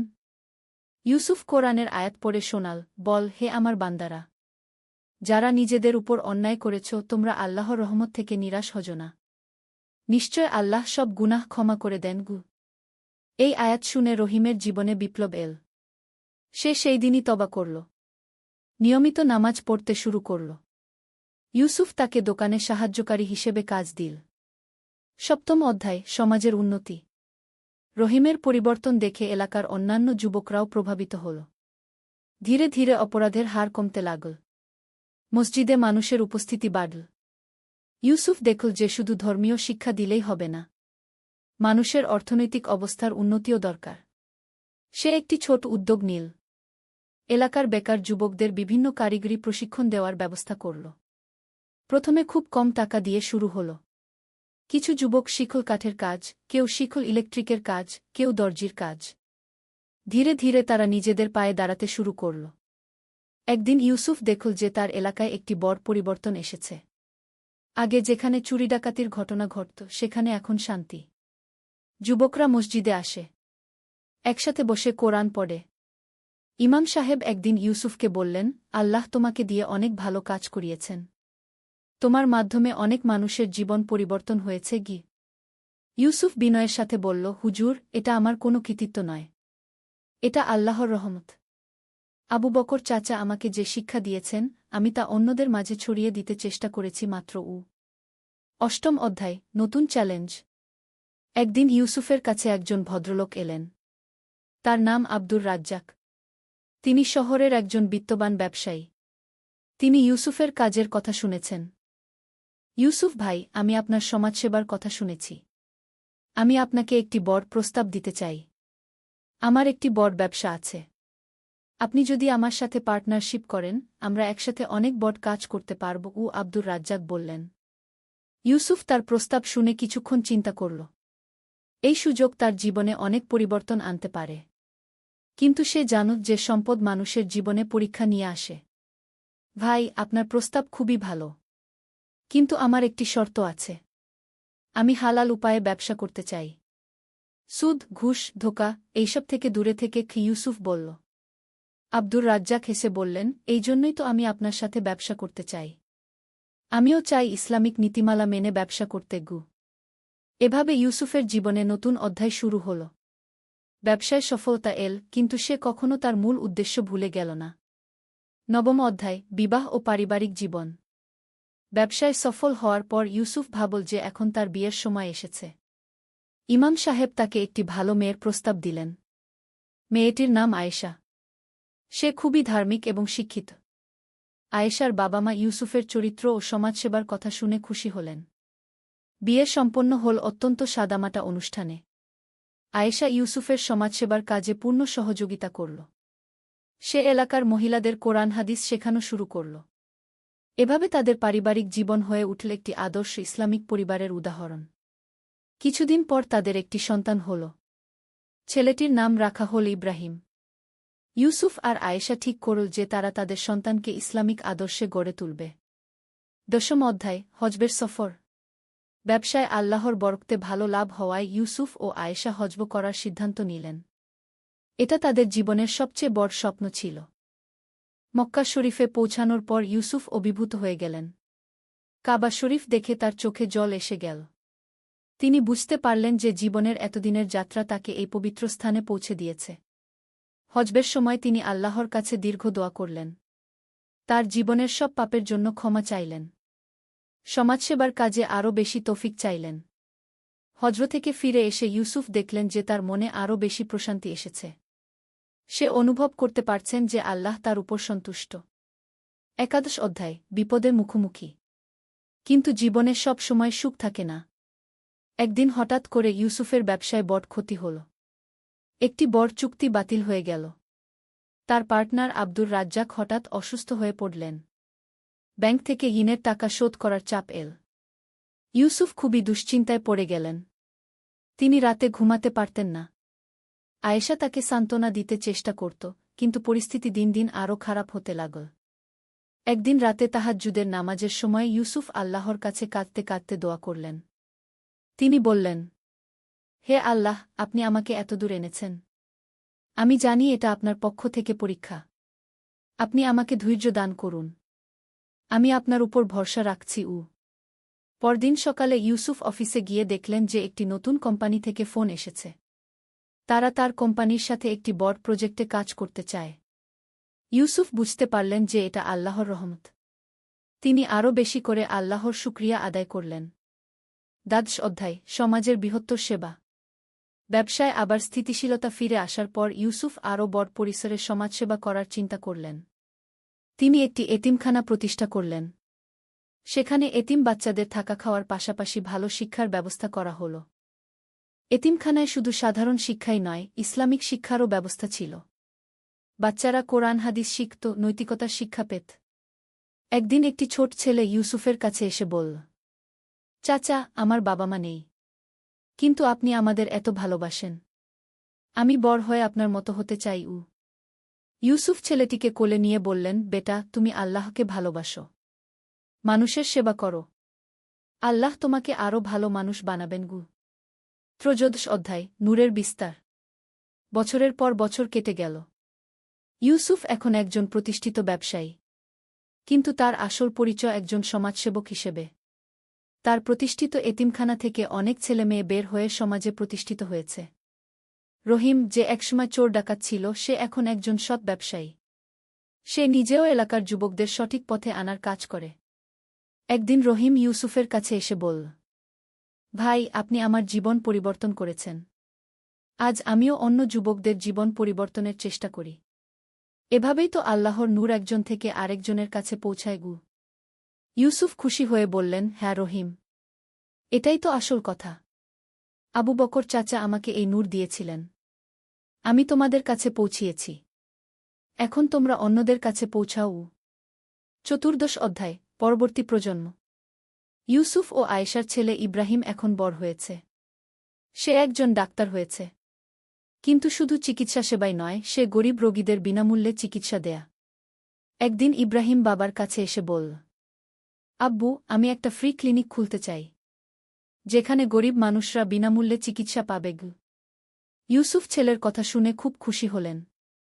তিনি বুঝলেন যে পরবর্তী প্রজন্মের মাধ্যমেও আল্লাহর নূর ছড়িয়ে যাচ্ছে। পঞ্চদশ অধ্যায়, জীবনের শেষ প্রান্তে। অনেক বছর কেটে গেছে। ইউসুফ এখন বৃদ্ধ। তার চুল সাদা হয়ে গেছে, কিন্তু তার চেহারায় এখনও সেই নুরানি ভাব রয়েছে। একদিন তিনি তার পুরানো বন্ধুদের সাথে বসে আছেন। সবাই মিলে আবু বকরের কথা মনে করছেন। ইউসুফ বললেন, আবু বকর চাচা আমাকে যে নূরের সন্ধান দিয়েছিলেন, আজ আমি বুঝতে পারি যে সেটা কি। এটা শুধু কোনো আলো নয়, এটা আল্লাহর মহব্বত। এটা মানুষের প্রতি ভালোবাসা। এটা সেবার মানসিকতা।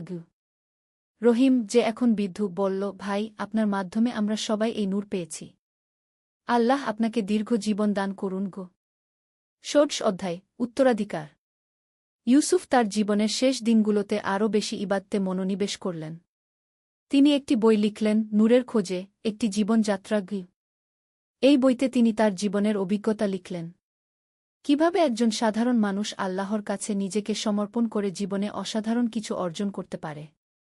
বইটি প্রকাশিত হওয়ার পর অনেক মানুষ তার জীবনী পড়ে অনুপ্রাণিত হল। দেশের বিভিন্ন প্রান্ত থেকে মানুষ তার সাথে দেখা করতে আসত। একদিন একজন তরুণ এসে বলল, চাচা, আপনার বই পড়ে আমার জীবন পরিবর্তন হয়ে গেছে। আমিও আপনার মতো সমাজসেবা করতে চাই।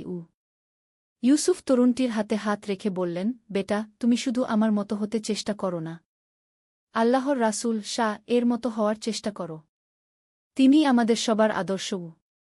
সপ্তদশ অধ্যায়, চূড়ান্ত যাত্রা। একদিন ইউসুফ অসুস্থ হয়ে পড়লেন। ডাক্তার ছেলে ইব্রাহিম সব চেষ্টা করল, কিন্তু আল্লাহর ইচ্ছায় ইউসুফের সময় শেষ হয়ে এসেছিল। মৃত্যুর আগে ইউসুফ তার পরিবার ও বন্ধুদের কাছে ডেকে বললেন, আমি খুশি। আল্লাহ আমাকে একটি সুন্দর জীবন দিয়েছেন। আমি চেষ্টা করেছি তার সন্তুষ্টি অর্জনের। এখন তোমরা এই কাজ এগিয়ে নিয়ে যেও।